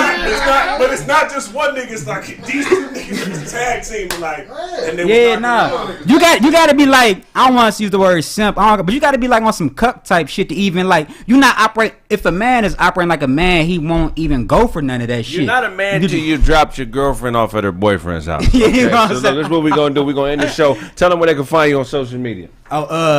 Be born, be free on everything. Y'all, show him some love, follow him, tell him what he need to do next time. Let him know how we get down, because he a good nigga, man. He got a bright future, man. Thanks for coming on the show, bro. Appreciate it. Jay Ali, tell them where they can find you, D. LeeJeans.com. Hey, I'm gonna get on you after the show. But anyway, follow me, man, at Jay Ali Music on all platforms. There it is, right there. Jay Ali Music on all platforms, everywhere. And check out JayAliMusic.com. And thank y'all for streaming the album. We almost at that 1 million streams, so let's keep it going. Oh, hell yeah. That's what's up. Yeah, that shit hot, too. I heard that shit. Thank you, bro. I know what it is, man. Mr. Duncan Pender Hughes on fucking Instagram. Sapiosexual, get that. NerdGangClothing.com, go there. Sounds.com, go get the fucking packs for the drums, nigga. Then you come back to Kraig Facts, come watch this show. You know what I'm saying? Got a gang of shit y'all gotta do, man, before Tuesday. So I'll see y'all there, man. Yeah, listen. Get the Chill Withers project immediately, man. Sure. Yeah, we also going on tour. We're gonna be in Vegas May 22nd, man. Go on TheeKraigSmith.com and get the tickets. You know what I'm saying? Follow me on IG. I am Charlie Newhart. Fuck with me on YouTube, Charlie Newhart. That's it. At Dewan B on Instagram. That's where my link tree is. I got my live drum sample packs. That's on there. I just been recording yesterday. Got my 3rd edition getting ready to come out. And then I got my book, No Time to Waste, Self-Motivation Guidebook on how to get off your ass, God damn it, and do the shit that's in your heart to do. So you can leave that punk ass job that you on. You dig what I'm saying? Beautiful, man. So I wrote a guidebook on how I left my goddamn job. So everything in my book is applied science. It ain't some conceptualized shit. It's what I've done. So get that book and it's helping people out. And thank you everybody that submitted a Google review and Yelp review. I got a shit ton of 5-ton reviews and people really, y'all think I'm bullshitting, just go to my Yelp page, Breakthrough Advocacy Services, and you see what people are really saying about my webinar. It's really helping motherfuckers out. My services where I'm doing. What kind of, say it again? My Breakthrough Advocacy Services is the name of my company. Breakthrough. Thank you, Duncan. I appreciate that. Nigga, I got that cotton mouth from this weed. I already know. You know what I mean? So yeah, thank you, Kraig, for giving us the opportunity to come on and do this show. And yeah, look out for May 22nd. It's gonna be a funny ass show with all these comics coming up and all this shit. Yeah, we in Vegas at Extreme Comedy Club, May 22nd. Yeah, man. So it's gonna be me, Big Ja, these two fellas, Doughboy, Ken, Edwin. You know what I'm saying? We're gonna be doing some stand-up comedy in Vegas. We'll also do a local show for the Kraig Facts show live. We got to figure out what day that'll be because we got to get that shit going. You know what I'm saying? But yeah, check us out in Vegas. Go on my website and you'll find the tickets. I also have the link in the description of this video where you can purchase the tickets to the show. The tickets are going fast. You know what I'm saying? So if y'all in Vegas, man, come fuck with us, man. We're going to have a ball out there. You know what I'm saying? Yes, sir. Yes, sir. Also purchase that Chill Withers on the website as well. Actually, man, yeah, next time, yeah, put up the website next time, Brown. Yeah, but yeah, man, make sure y'all purchase. Oh, it's right there, TheeKraigSmith. Yeah, okay, my bad. Yeah. But make sure y'all purchase those tickets, man. You know what I'm saying? It's gonna be a motherfucking ball in Vegas. Goddamn right. This has been a great show. Love y'all. Oh, one more thing, man. We moving the second show to Patreon, so y'all got to get over to that Patreon, man, because YouTube and Facebook have been super tripping, man. They've been demonetizing all my videos, so I got to move it to where y'all be able to see it, man. Just join the Patreon, because eventually this Thursday show won't be on YouTube no more, because YouTube is really tripping, man. They keep doing stuff, acting like they're going to lock my account. And they just doing crazy stuff because of what we talk about. So, man, yeah, unsubscribing people and just doing way out stuff, man. So please support. Go to the Patreon because eventually the second show will only be on Patreon. You know what I'm saying? That's the Patreon there, man. Support it. I'm going to be putting a lot more dope stuff on there. I got a Domino League. Yeah. We shot 8 episodes of that. That'll be on the Patreon. But just make sure y'all support, man. And if I owe you something, I'm not going to be able to give it to you. But if you want it, you can get it from God. Love y'all. Yes, sir. Yeah. Yeah, I'm paying review, man. Niggas said, You see, nigga?